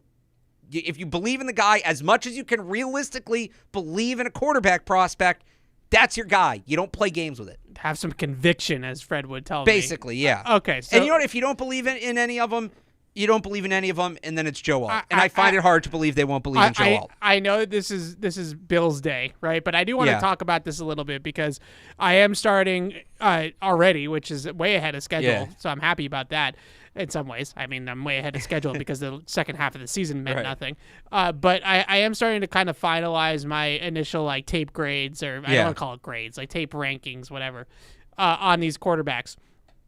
And I think the biggest thing to me is that they all have some really, really good strengths to their game that I can get behind. It's sort of just which weaknesses do I want to live with the most? Or are the most fixable? I would say live with. Okay. But yeah, fixable is another way of putting it. Well, because there's two kinds of issues. There's coachable issues and there's non-coachable issues. But I think for the most part, when you really start to break it down, most guys mask weaknesses more than they improve weaknesses. Okay. All right. Fair enough. And I think that with Drake May, Yeah. the positive about Drake May is that if they still want to be an offense that wins inside the numbers and is a middle of the field based passing system, he is definitely the best passer into the middle of the field in the draft, I think. Just in terms of timing, velocity to access a seam throw, to access a deep post, things like that matter. And just like a feel for middle of the field coverage. He's the best manipulator. Like when I watch him play, he's doing thoughtful things, right? Like where like he'll pump one way or show one way to get the defender out, knowing that he's coming back the other way, right? Like those types of things. He does more of that thoughtful manipulation quarterback stuff than the rest of these guys do. So I think if that's where they want to continue doing, then I think that he's probably the best bet for that, even though he is not a precision passer, right? Like he's not not going to pinpoint people. His accuracy and ball placement is not very consistent. You better get some guys with a good catch radius. Yeah, so he's going to be somebody that is going to miss some throws. And that's why I've kind of gravitated towards like a Josh Allen type comp, because I think that he does a lot of the same misses that Josh Allen does, where like 1 in every 5 throws is like 10 yards over a guy's head because he just overthrows the ball, right? Because his arm is just ridiculous. And you're just like, where the hell did that go, right? Like, you got a guy open on the sideline and it ends up in the 3rd row, and you're just kind of like, whoa, like where did that throw go? But I can see the thoughtfulness. I can see the process with him, and then I can obviously see the arm talent is definitely there, and there's some mobility. With Jaden Daniels, he does not read the middle of the field very well. He passes up a lot of throws in the middle of the field. He doesn't read a lot of like in-breaking leverage very well. And you can just watch him on film and you'll see like digs, crossers, things like that he just totally passes up. But the flip side of that is that he'll pass it up, and in college, he'll run for a 50-yard touchdown, right? Like he's passing it up to scramble. So are you willing to like invite that sort of thing from an offensive perspective, where you're saying like, okay, like this is not an advanced processor yet, but he's so damn athletic that it's not like he'll just take over in other ways? And are you willing to kind of foster that and build around that? So I think both of those things are doable, and both guys are super talented. It's just kind of which pool would you rather jump into? So, right? Am I crazy for actually saying I think Jane Daniels is the safer prospect of the two? And I'll tell you why. Because let's say neither one maxes out. Yeah. The fallback trait for both is athleticism. And Jane Daniels is a better athlete. I think the fallback trait for May is more arm talent, though. But it's arm strength. It's not arm talent. And arm strength doesn't mean anything. That's kind of been proven. That, big guy throws ball far doesn't equate to success, where you can have a quarterback that can run around a little bit and build off of that. I hate to bring up Jamarcus Russell, but big guy throw ball far. Great. And what? Yeah. I would say like I don't know. There's better comparisons than Jamarcus Russell. No, it's not. But my point is, like, I think when you look at what could go wrong for both. Yeah. If it comes down, they're both guys that if it doesn't, I've talked about the Daniel Jones comp with Drake May. Right. Right, where if it all goes wrong, it's going to be on his athleticism, and that's basically what Daniel Jones is. Yeah. And I think the same could happen for Jane Daniels. Well, if it all comes down, if it's just, you got to win off your athleticism, Jane Daniels is better. That's not to say I necessarily have Daniels over May, but part of that is, and we don't know who the GM is, which way are they going to look at it? I think there's some teams that just see the ceiling for a quarterback, block everything else out, and say, this is what this guy can be. They see Michael Penix against Texas, right? This is what this guy can be. Yeah. We're going to make him that. We don't care about any of it. I think there are some other teams that, and this is probably more your line of thinking, picking a quarterback's freaking terrifying. Yeah. I just don't want to mess up. Where's the guy with the highest floor? Where's the guy that I just know is going to give me something? Again, we don't know who the GM is, so we don't know how they're going to approach it. But now we really don't know who the GM is. right, Yeah. I think that's going to be a part of it here. Yeah, I think with Jaden Daniels, what I really like about him as a thrower, because I think he obviously has all the credit in the world as a runner. Yeah, well, you liked him as a passer before you liked him as a runner. You compared him to C.J. Stroud, remember? Yeah, because what I like him as a thrower is I think that his motion and his mechanics are consistent. Yeah. Not his feet. His feet need to settle down. But the way he throws the ball mechanically from the waist up is really, really sound. And it's not just sound, it's good. Like, he gets the ball out fast. Yeah, quick release, snappy release, throws with really good level shoulders, really good upper body. Like, you can consistently see the motion every single time. Right. And for the most part, his feet are tied to his eyes, which is very, very important. The problem is that he just gets his feet get a little unsettled and antsy sometimes. Because he's always setting up to run. Yeah, I think that's what that is. But he knows where he's going with the ball. Right. And that's important too. He throws, would it be fair to say he throws with conviction? Yeah, if you're going to be a quarterback that, your number one trait is I'm a really good runner, but like the one thing that I want to see is like, do you know where to go with the football most of the time? And I do think you see that quite frequently with Jaden Daniels. I really like Jaden Daniels. I would be floored with him at number 3 overall. Is there a little Justin Fields in his game of like, is he going to be able to see it and read it and make throws from the pocket consistently as an NFL quarterback? Absolutely. But I'm willing to take a risk with a guy like I would have taken Justin Fields back in the 2021 you love draft. Justin Fields, yeah, because I think that you can develop the mindset of that sort of thing. Like that's you can coachable. You can teach a guy how to see the field. What you can't teach a guy for the most part is like a broken mechanically a thrower who's broken mechanically, or to run a 4.4, or to run a 4.4. Can't teach speed. Can't teach speed. Can't teach size. Right. And he's got those things. Well, I mean, he's not the biggest of guys. No, but he's got the frame to have. He's got to put on some muscle, but that's doable. Yeah. He's not 5'10". Yeah, I think it'd be really fun to have Jaden Daniels. It'd be fun as a fan just to watch a guy run around like that. That would just be fun, period. But I think it would be really fun to watch, Jaden Daniels in the Deshaun Watson version of the Patriots offense under Bill O'Brien. I think that would be a really good fit. All right, Todd is in North Carolina. What's up, Todd? Hey, guys. There's been some talk about Vrabel coming here and then maybe GMing, and then we let Mayo take the coaching thing. But I think there's a problem because I think there's a lack of experience for both of those roles for both of those guys.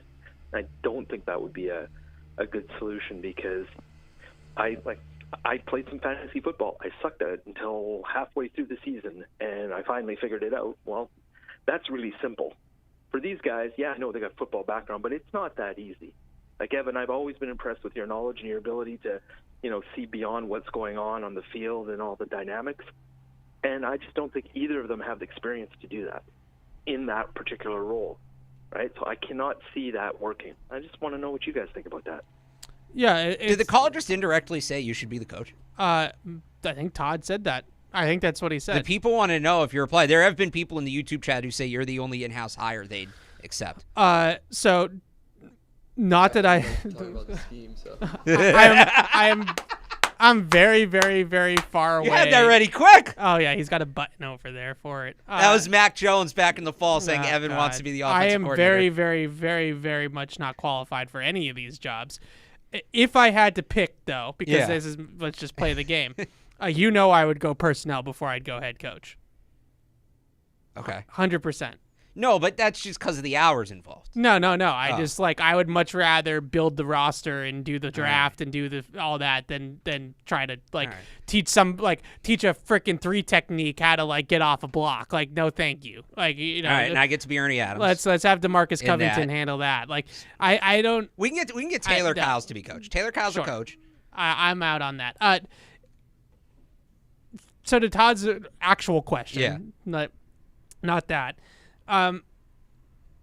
Look, it's a tough act to follow, regardless. And my view on it, I guess, with if it's Vrabel and Mayo together or something like that, my view on it is just I just want all the brain power in the building as possible. Yeah. Because you are replacing literally the smartest football mind on the history of the world. Right. Like, that's not an exaggeration. You were the guy that just walked out the door has more football knowledge than anybody else to walk the planet. Nobody has ever understood this game better than Bill Belichick. Right. So you're losing all of that, which to me means that you have to you're never going to replace it all 100%, but you have to try to replace as much of it as you can.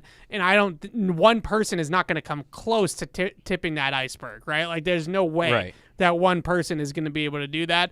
So I don't know if the Vrabel Mayo, the thing that we came up with them both being here, I don't know if it would work or not, but I do know that those are two bright football minds that played in the league, that are younger, that understand the players that are playing in football nowadays, that bleed Patriots, right? Yeah. Like, that are just Patriots guys.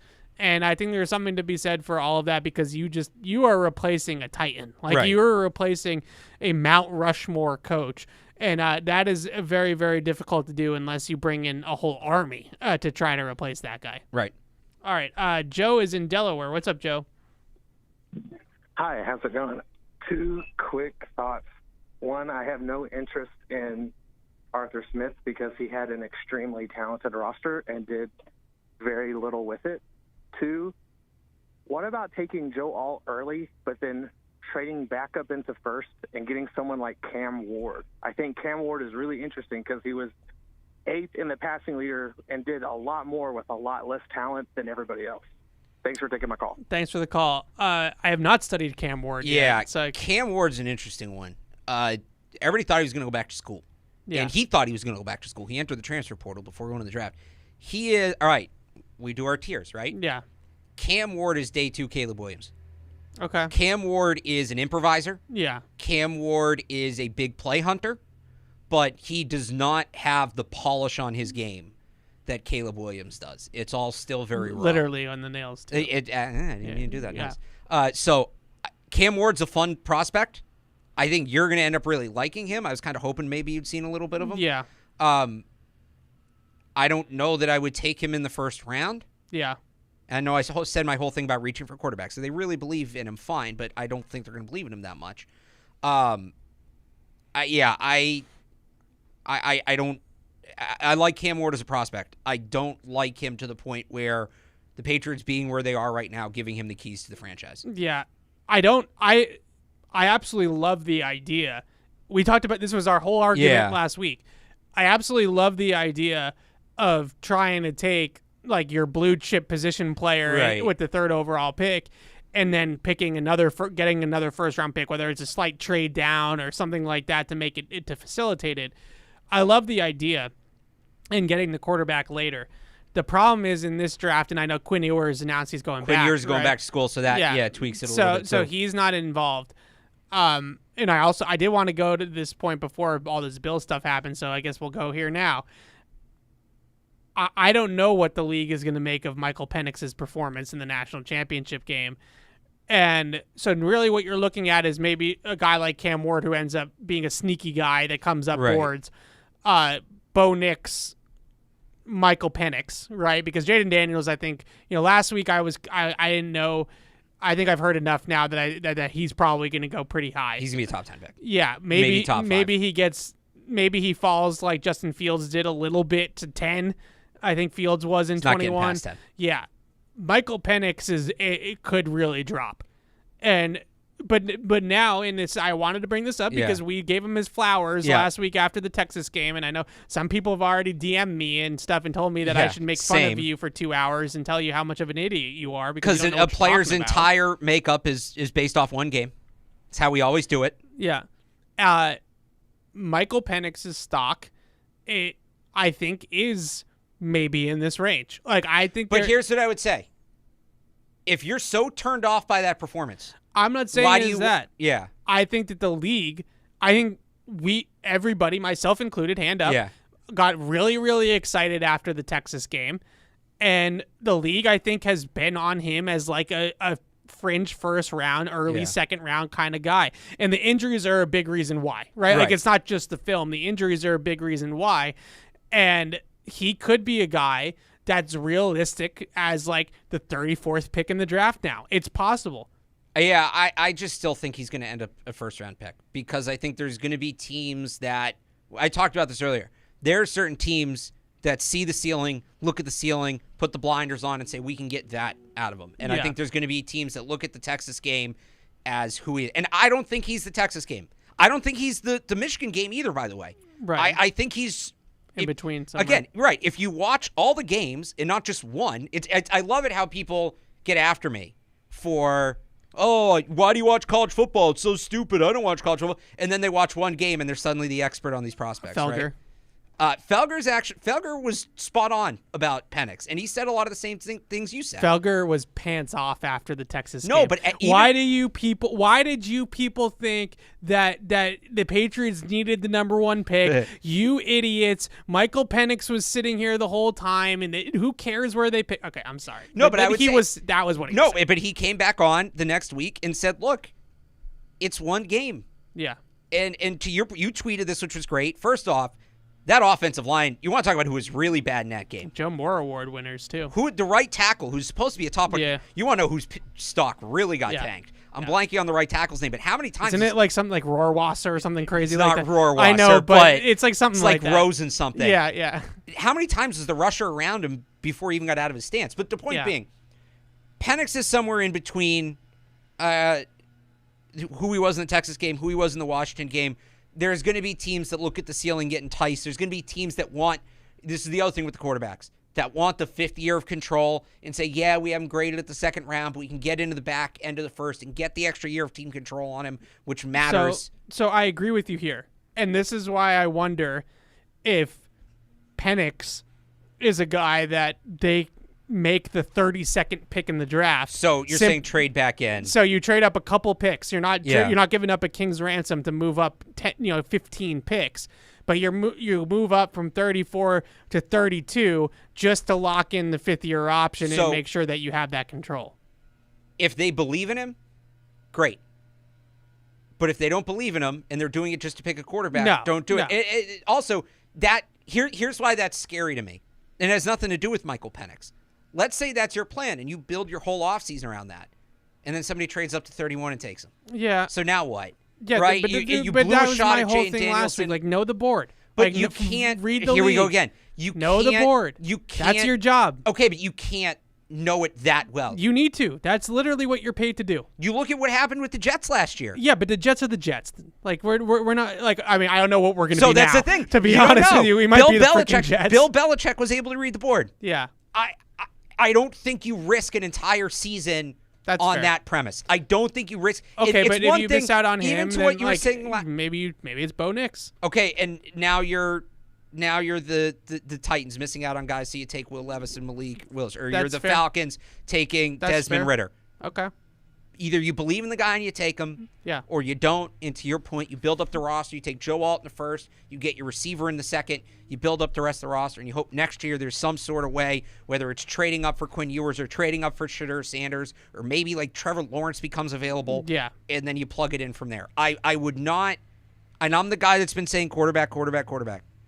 Do not take a quarterback you don't believe in. Just take a quarterback. That is a burned asset. And that's sort of all I've been saying, right? Like I'm not saying that I hate all these quarterbacks. I have no conviction that's you won't commit, like yada yada yada. I mean maybe, but like the point being is like I am just saying that until I fall in love with one of these guys, it's hard for me to sit here and say that like I'm gonna bang the table for Drake May because I don't feel that way strongly about Drake May. My point, that's fair, but on the flip side, if you do believe in a guy, I don't think there's, we like this quarterback, but Joe Alt's here too, and maybe we can do this next year. Maybe we can get this guy later on. No. If there is a guy they fall in love, just take him. Just take him. Don't play games with it. Yeah, so last thing on Penix, I do want to talk about like what actually went wrong for Penix. This was going to be a bigger part of the show, obviously, before all this happened. With Penix, I think the two things that when you watched on film that were concerning that really came up in this game that make it such a red flag to me are he's really not overly mobile. I think I'm not going to go as far as some people say that's to call him a statue. I wouldn't necessarily say he's a statue, but he's not a very good. He's not elusive. He doesn't have much escapability, and when you're under siege, I give him the benefit of the doubt.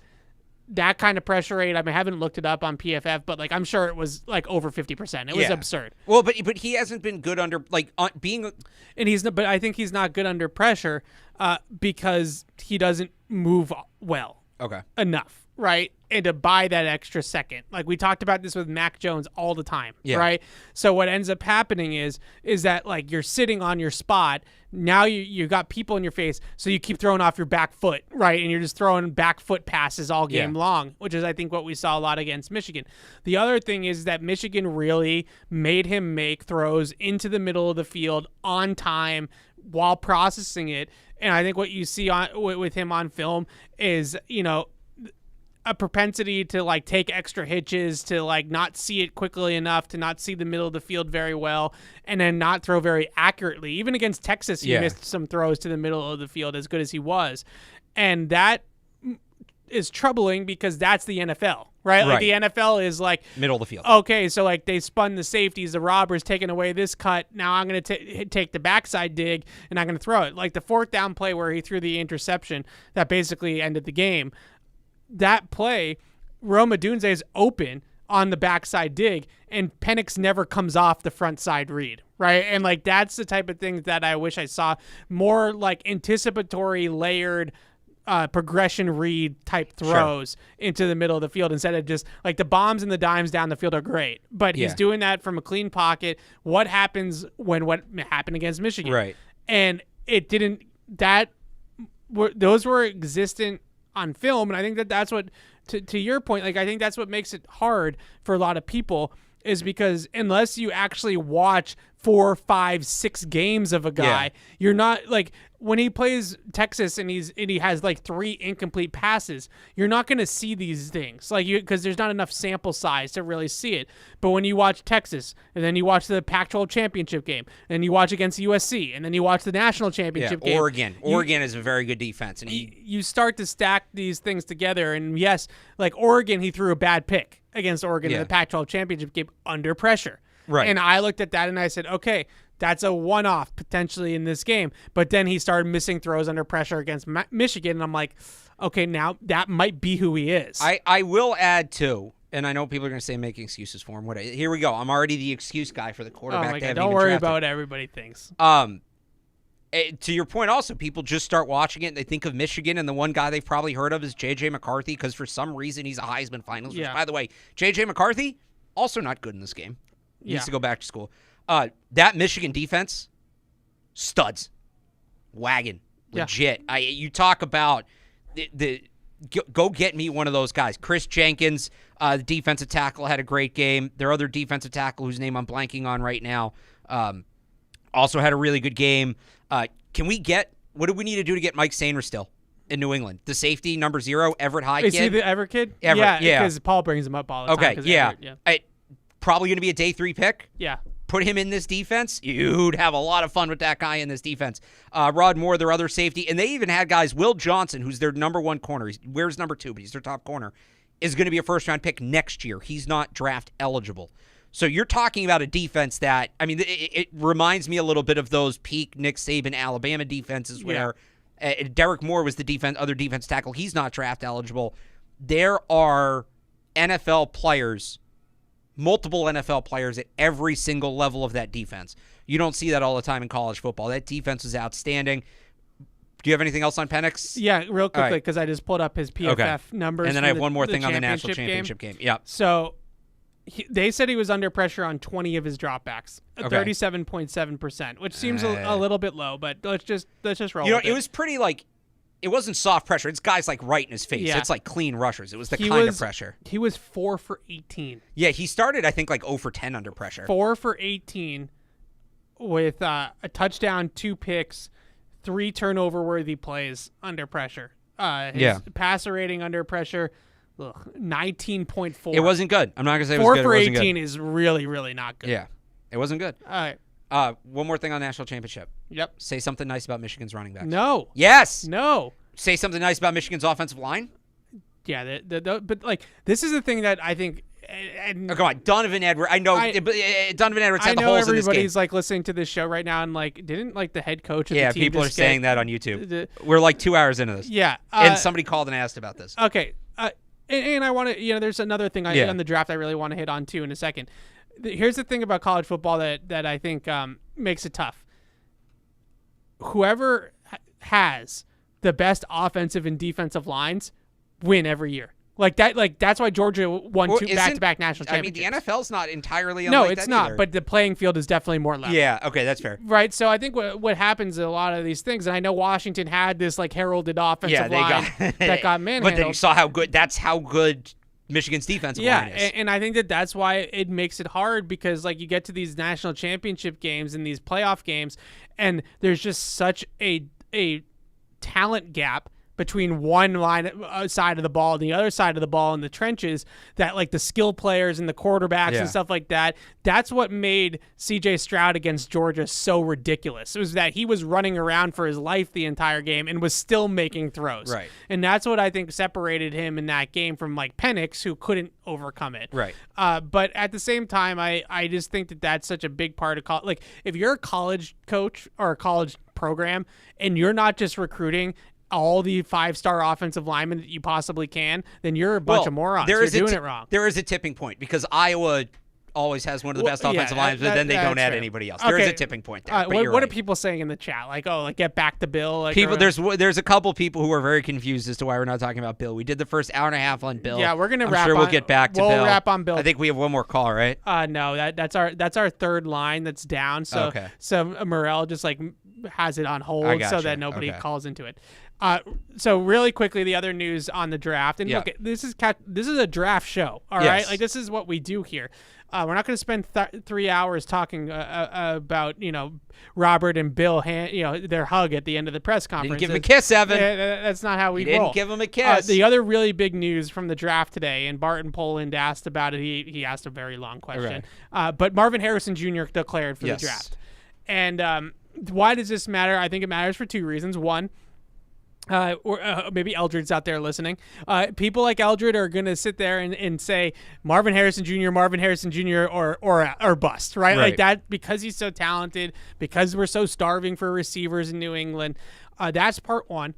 Part two is obviously the domino effect it has on the top of the board.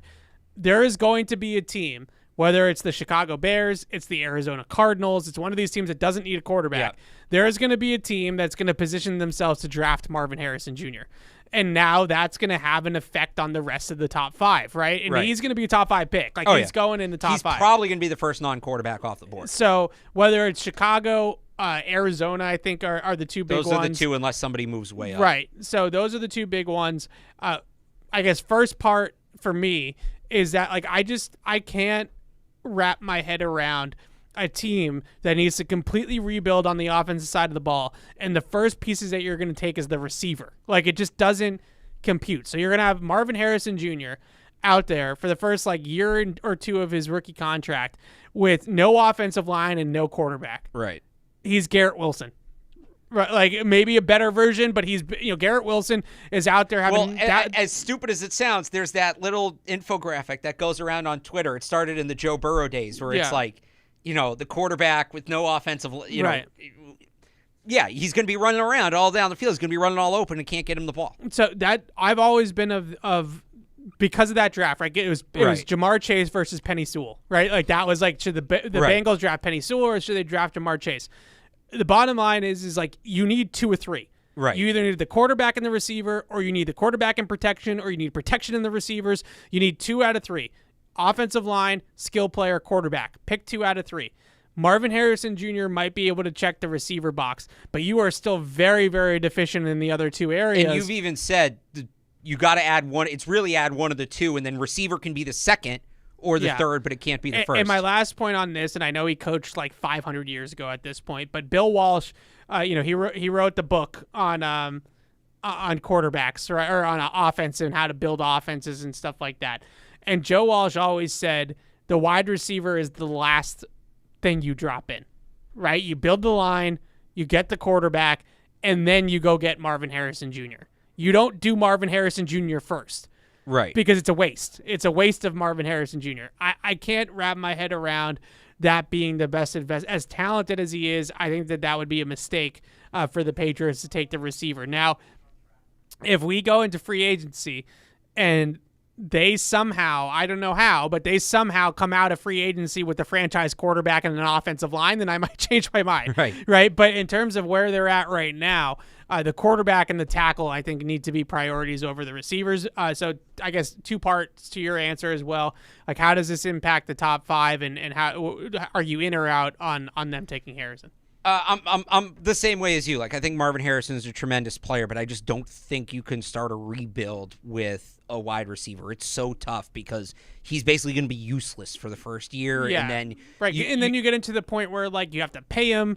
And then, like, he's right. on, and you start wondering about, well, it's all just like, if he has a really rough first year, where does that go with his development? It started to sound like Garrett Wilson wants out of New York. Like, I'll take that whole thing. Garrett Wilson is might be easier to just trade for Garrett Wilson. Garrett Wilson's such a great example because Garrett Wilson, he had 1,000 yards again this year. Yeah. He had back-to-back 1,000-yard seasons playing with bums at the quarterback position. How many games have the Jets won?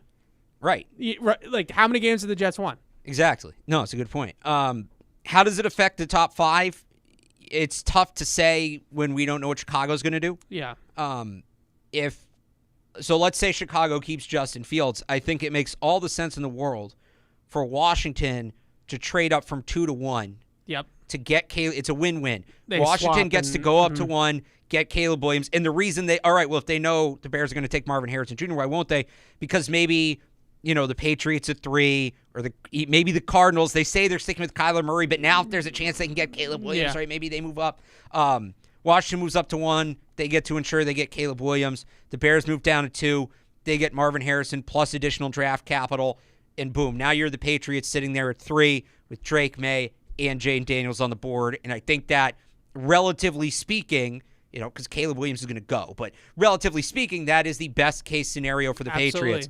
If the Bears decide we're trading Justin Fields, we want a quarterback, now you're probably going Caleb Williams, Drake May 1-2, and it's Jane Daniels. The thing is, if somebody gets eager, maybe a team like Arizona at 4 or even the Chargers at 5 who have an established quarterback and want to move up, maybe you can get them to give you a little something to move up and get Marvin Harrison where you don't fall too far back, where you still get a chance to draft Jane Daniels with the other 2 quarterbacks off the board. Arizona's the really interesting one here because they have the Texans' first-round pick. We don't know exactly what pick that's going to be yet. They're in the playoffs.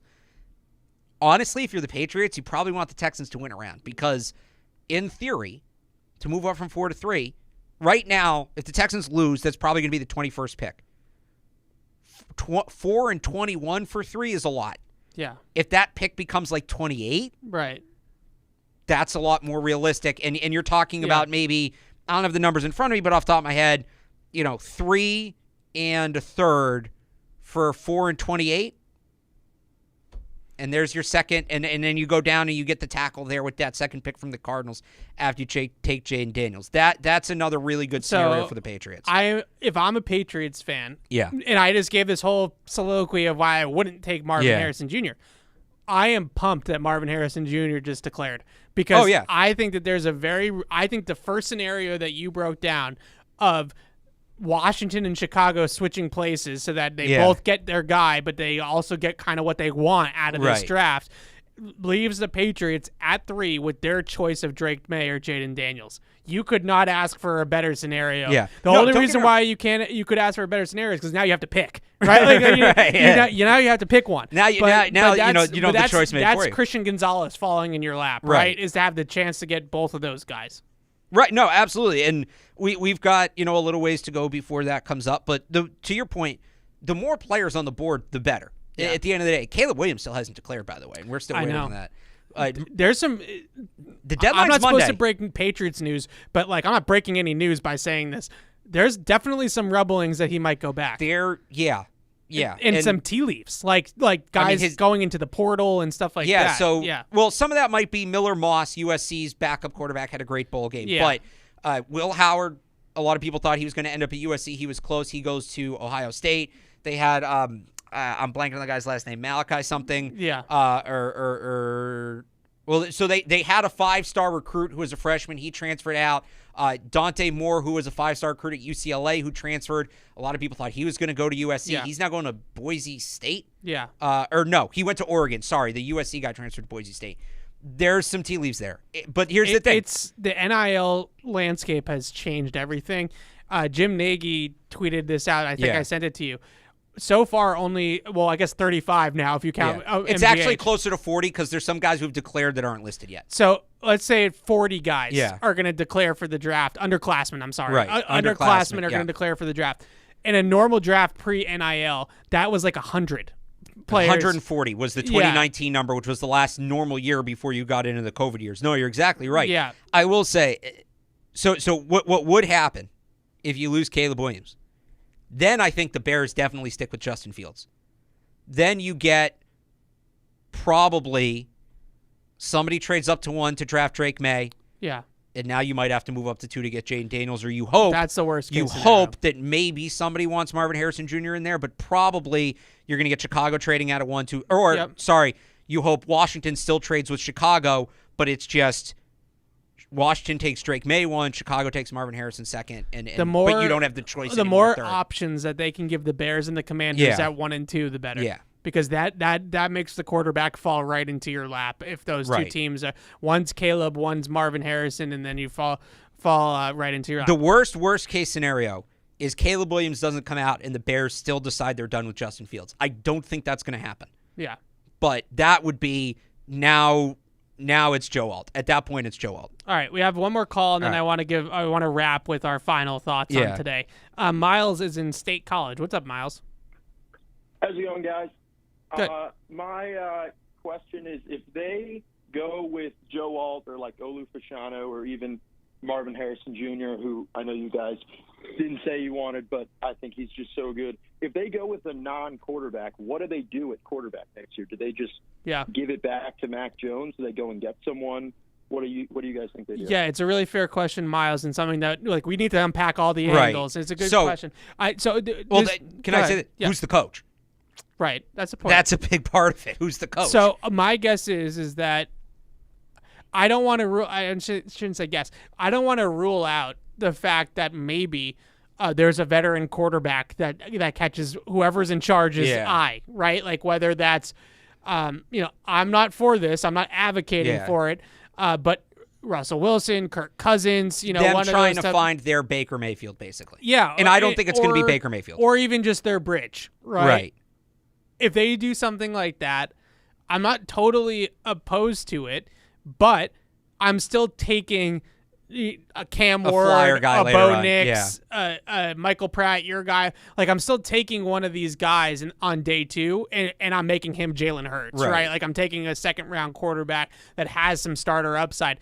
But if you want to pair, Bo Nix with, one of these bridge quarterback types, Russell Wilson on a reasonable contract or something like that, I guess I'm okay with that. It's not what I would do. I would just take the damn quarterback at the top of the draft and be done.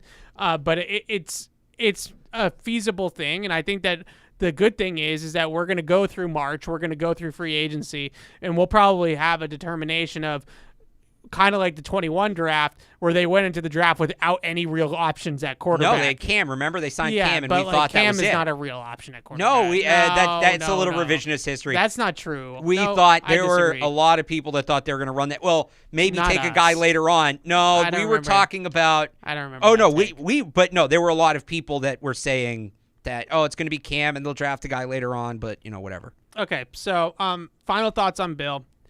We just got an email from Steve that I think I don't know if it's the majority, but there's certainly people that feel this way. Yeah. And this is a negative slant on this whole thing.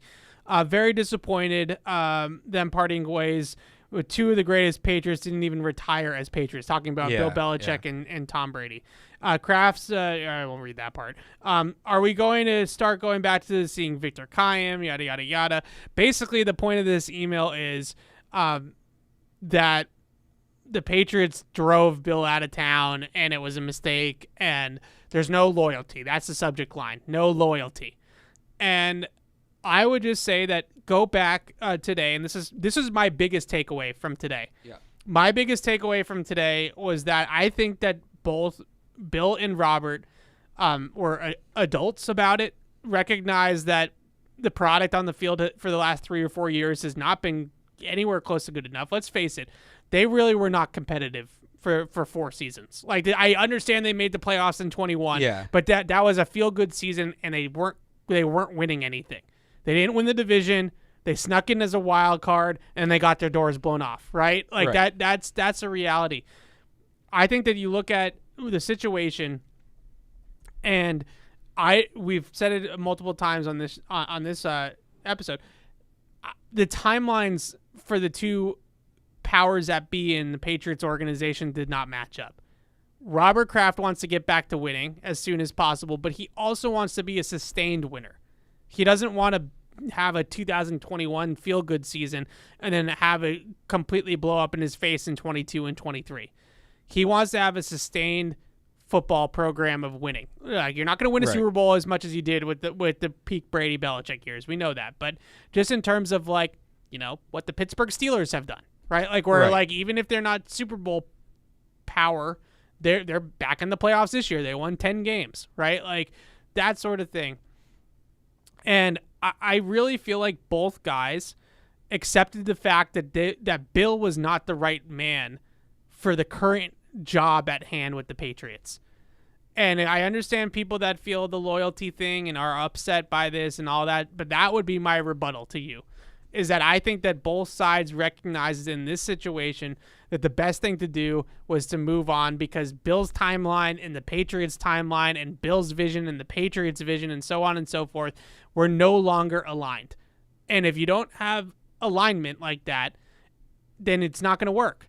And I think that these two people that came to the table and they said, we need to rebuild from Robert Kraft's perspective. Bill wants to go after Shula from his perspective, and it didn't make sense to do it here anymore. And I think that you have to realize that it's not him pushing him out the door. It's not the media pushing him out the door. Right. The fact of the matter is that it was just time.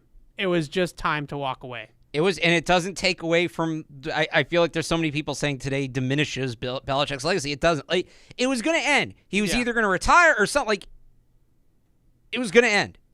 So it doesn't diminish his legacy at all. No. He's still the greatest coach of all time. It's still the greatest run of all time. It will not be matched. I know Brady said it will be hard to be matched. That's very diplomatic of him. It will not be matched. But sometimes it's just the way it goes. It's got to end, and this was a logical ending point. And the other thing is, because if they didn't end it here, that was going to be it. Because they were going to have to extend him. He wasn't going to be a lame duck coach. And he was just going to stumble to the Shula record. Right, here. yeah. So it had to happen. It hurts. Yeah. But sometimes you got to rip the Band-Aid off, and that's what they did. I think you can still appreciate it. You can still absolutely celebrate him.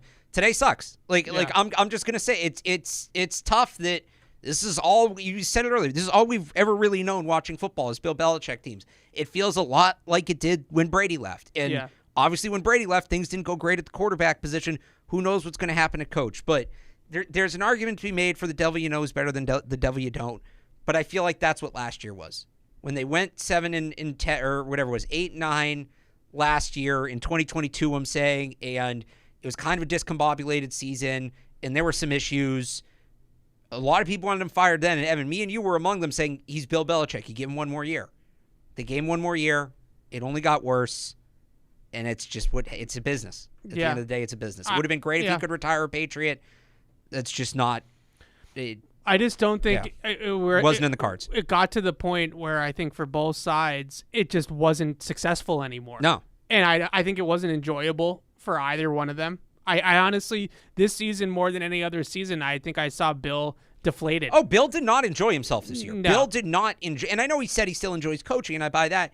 He did not enjoy coaching this team this year. He did not enjoy being here. Yeah, and I think again, the Patriots are going to go in a direction, hopefully, whether it's Mike Vrabel, Gerard Mayo, or somebody else, that is going to be on here for the long term. That's going to be able to coach the Patriots for the next decade.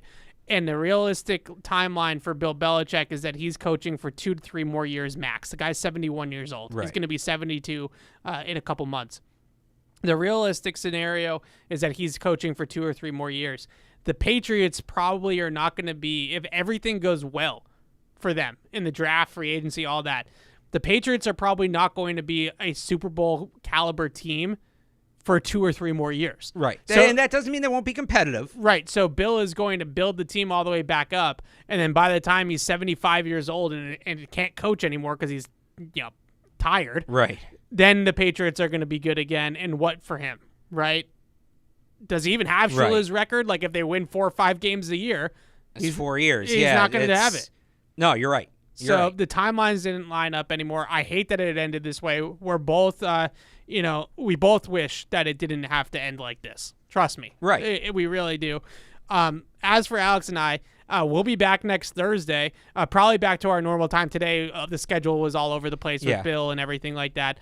Probably back to 10 a.m. on Thursday mornings, and we'll be back more to like draft and stuff like that. But obviously, there's going to be head coaching interviews, general manager interviews.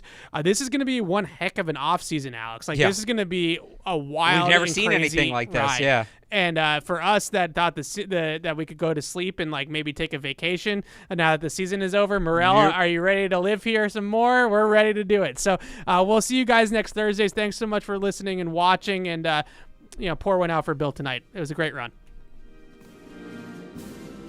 Thank you for downloading this podcast. Subscribe on Apple, Google Play, and everywhere else you listen. Like the show? Please rate and review us. Listener comments and ratings help keep us high in the podcast rankings so new listeners can find us. Be sure to check patriots.com for more news and more podcasts.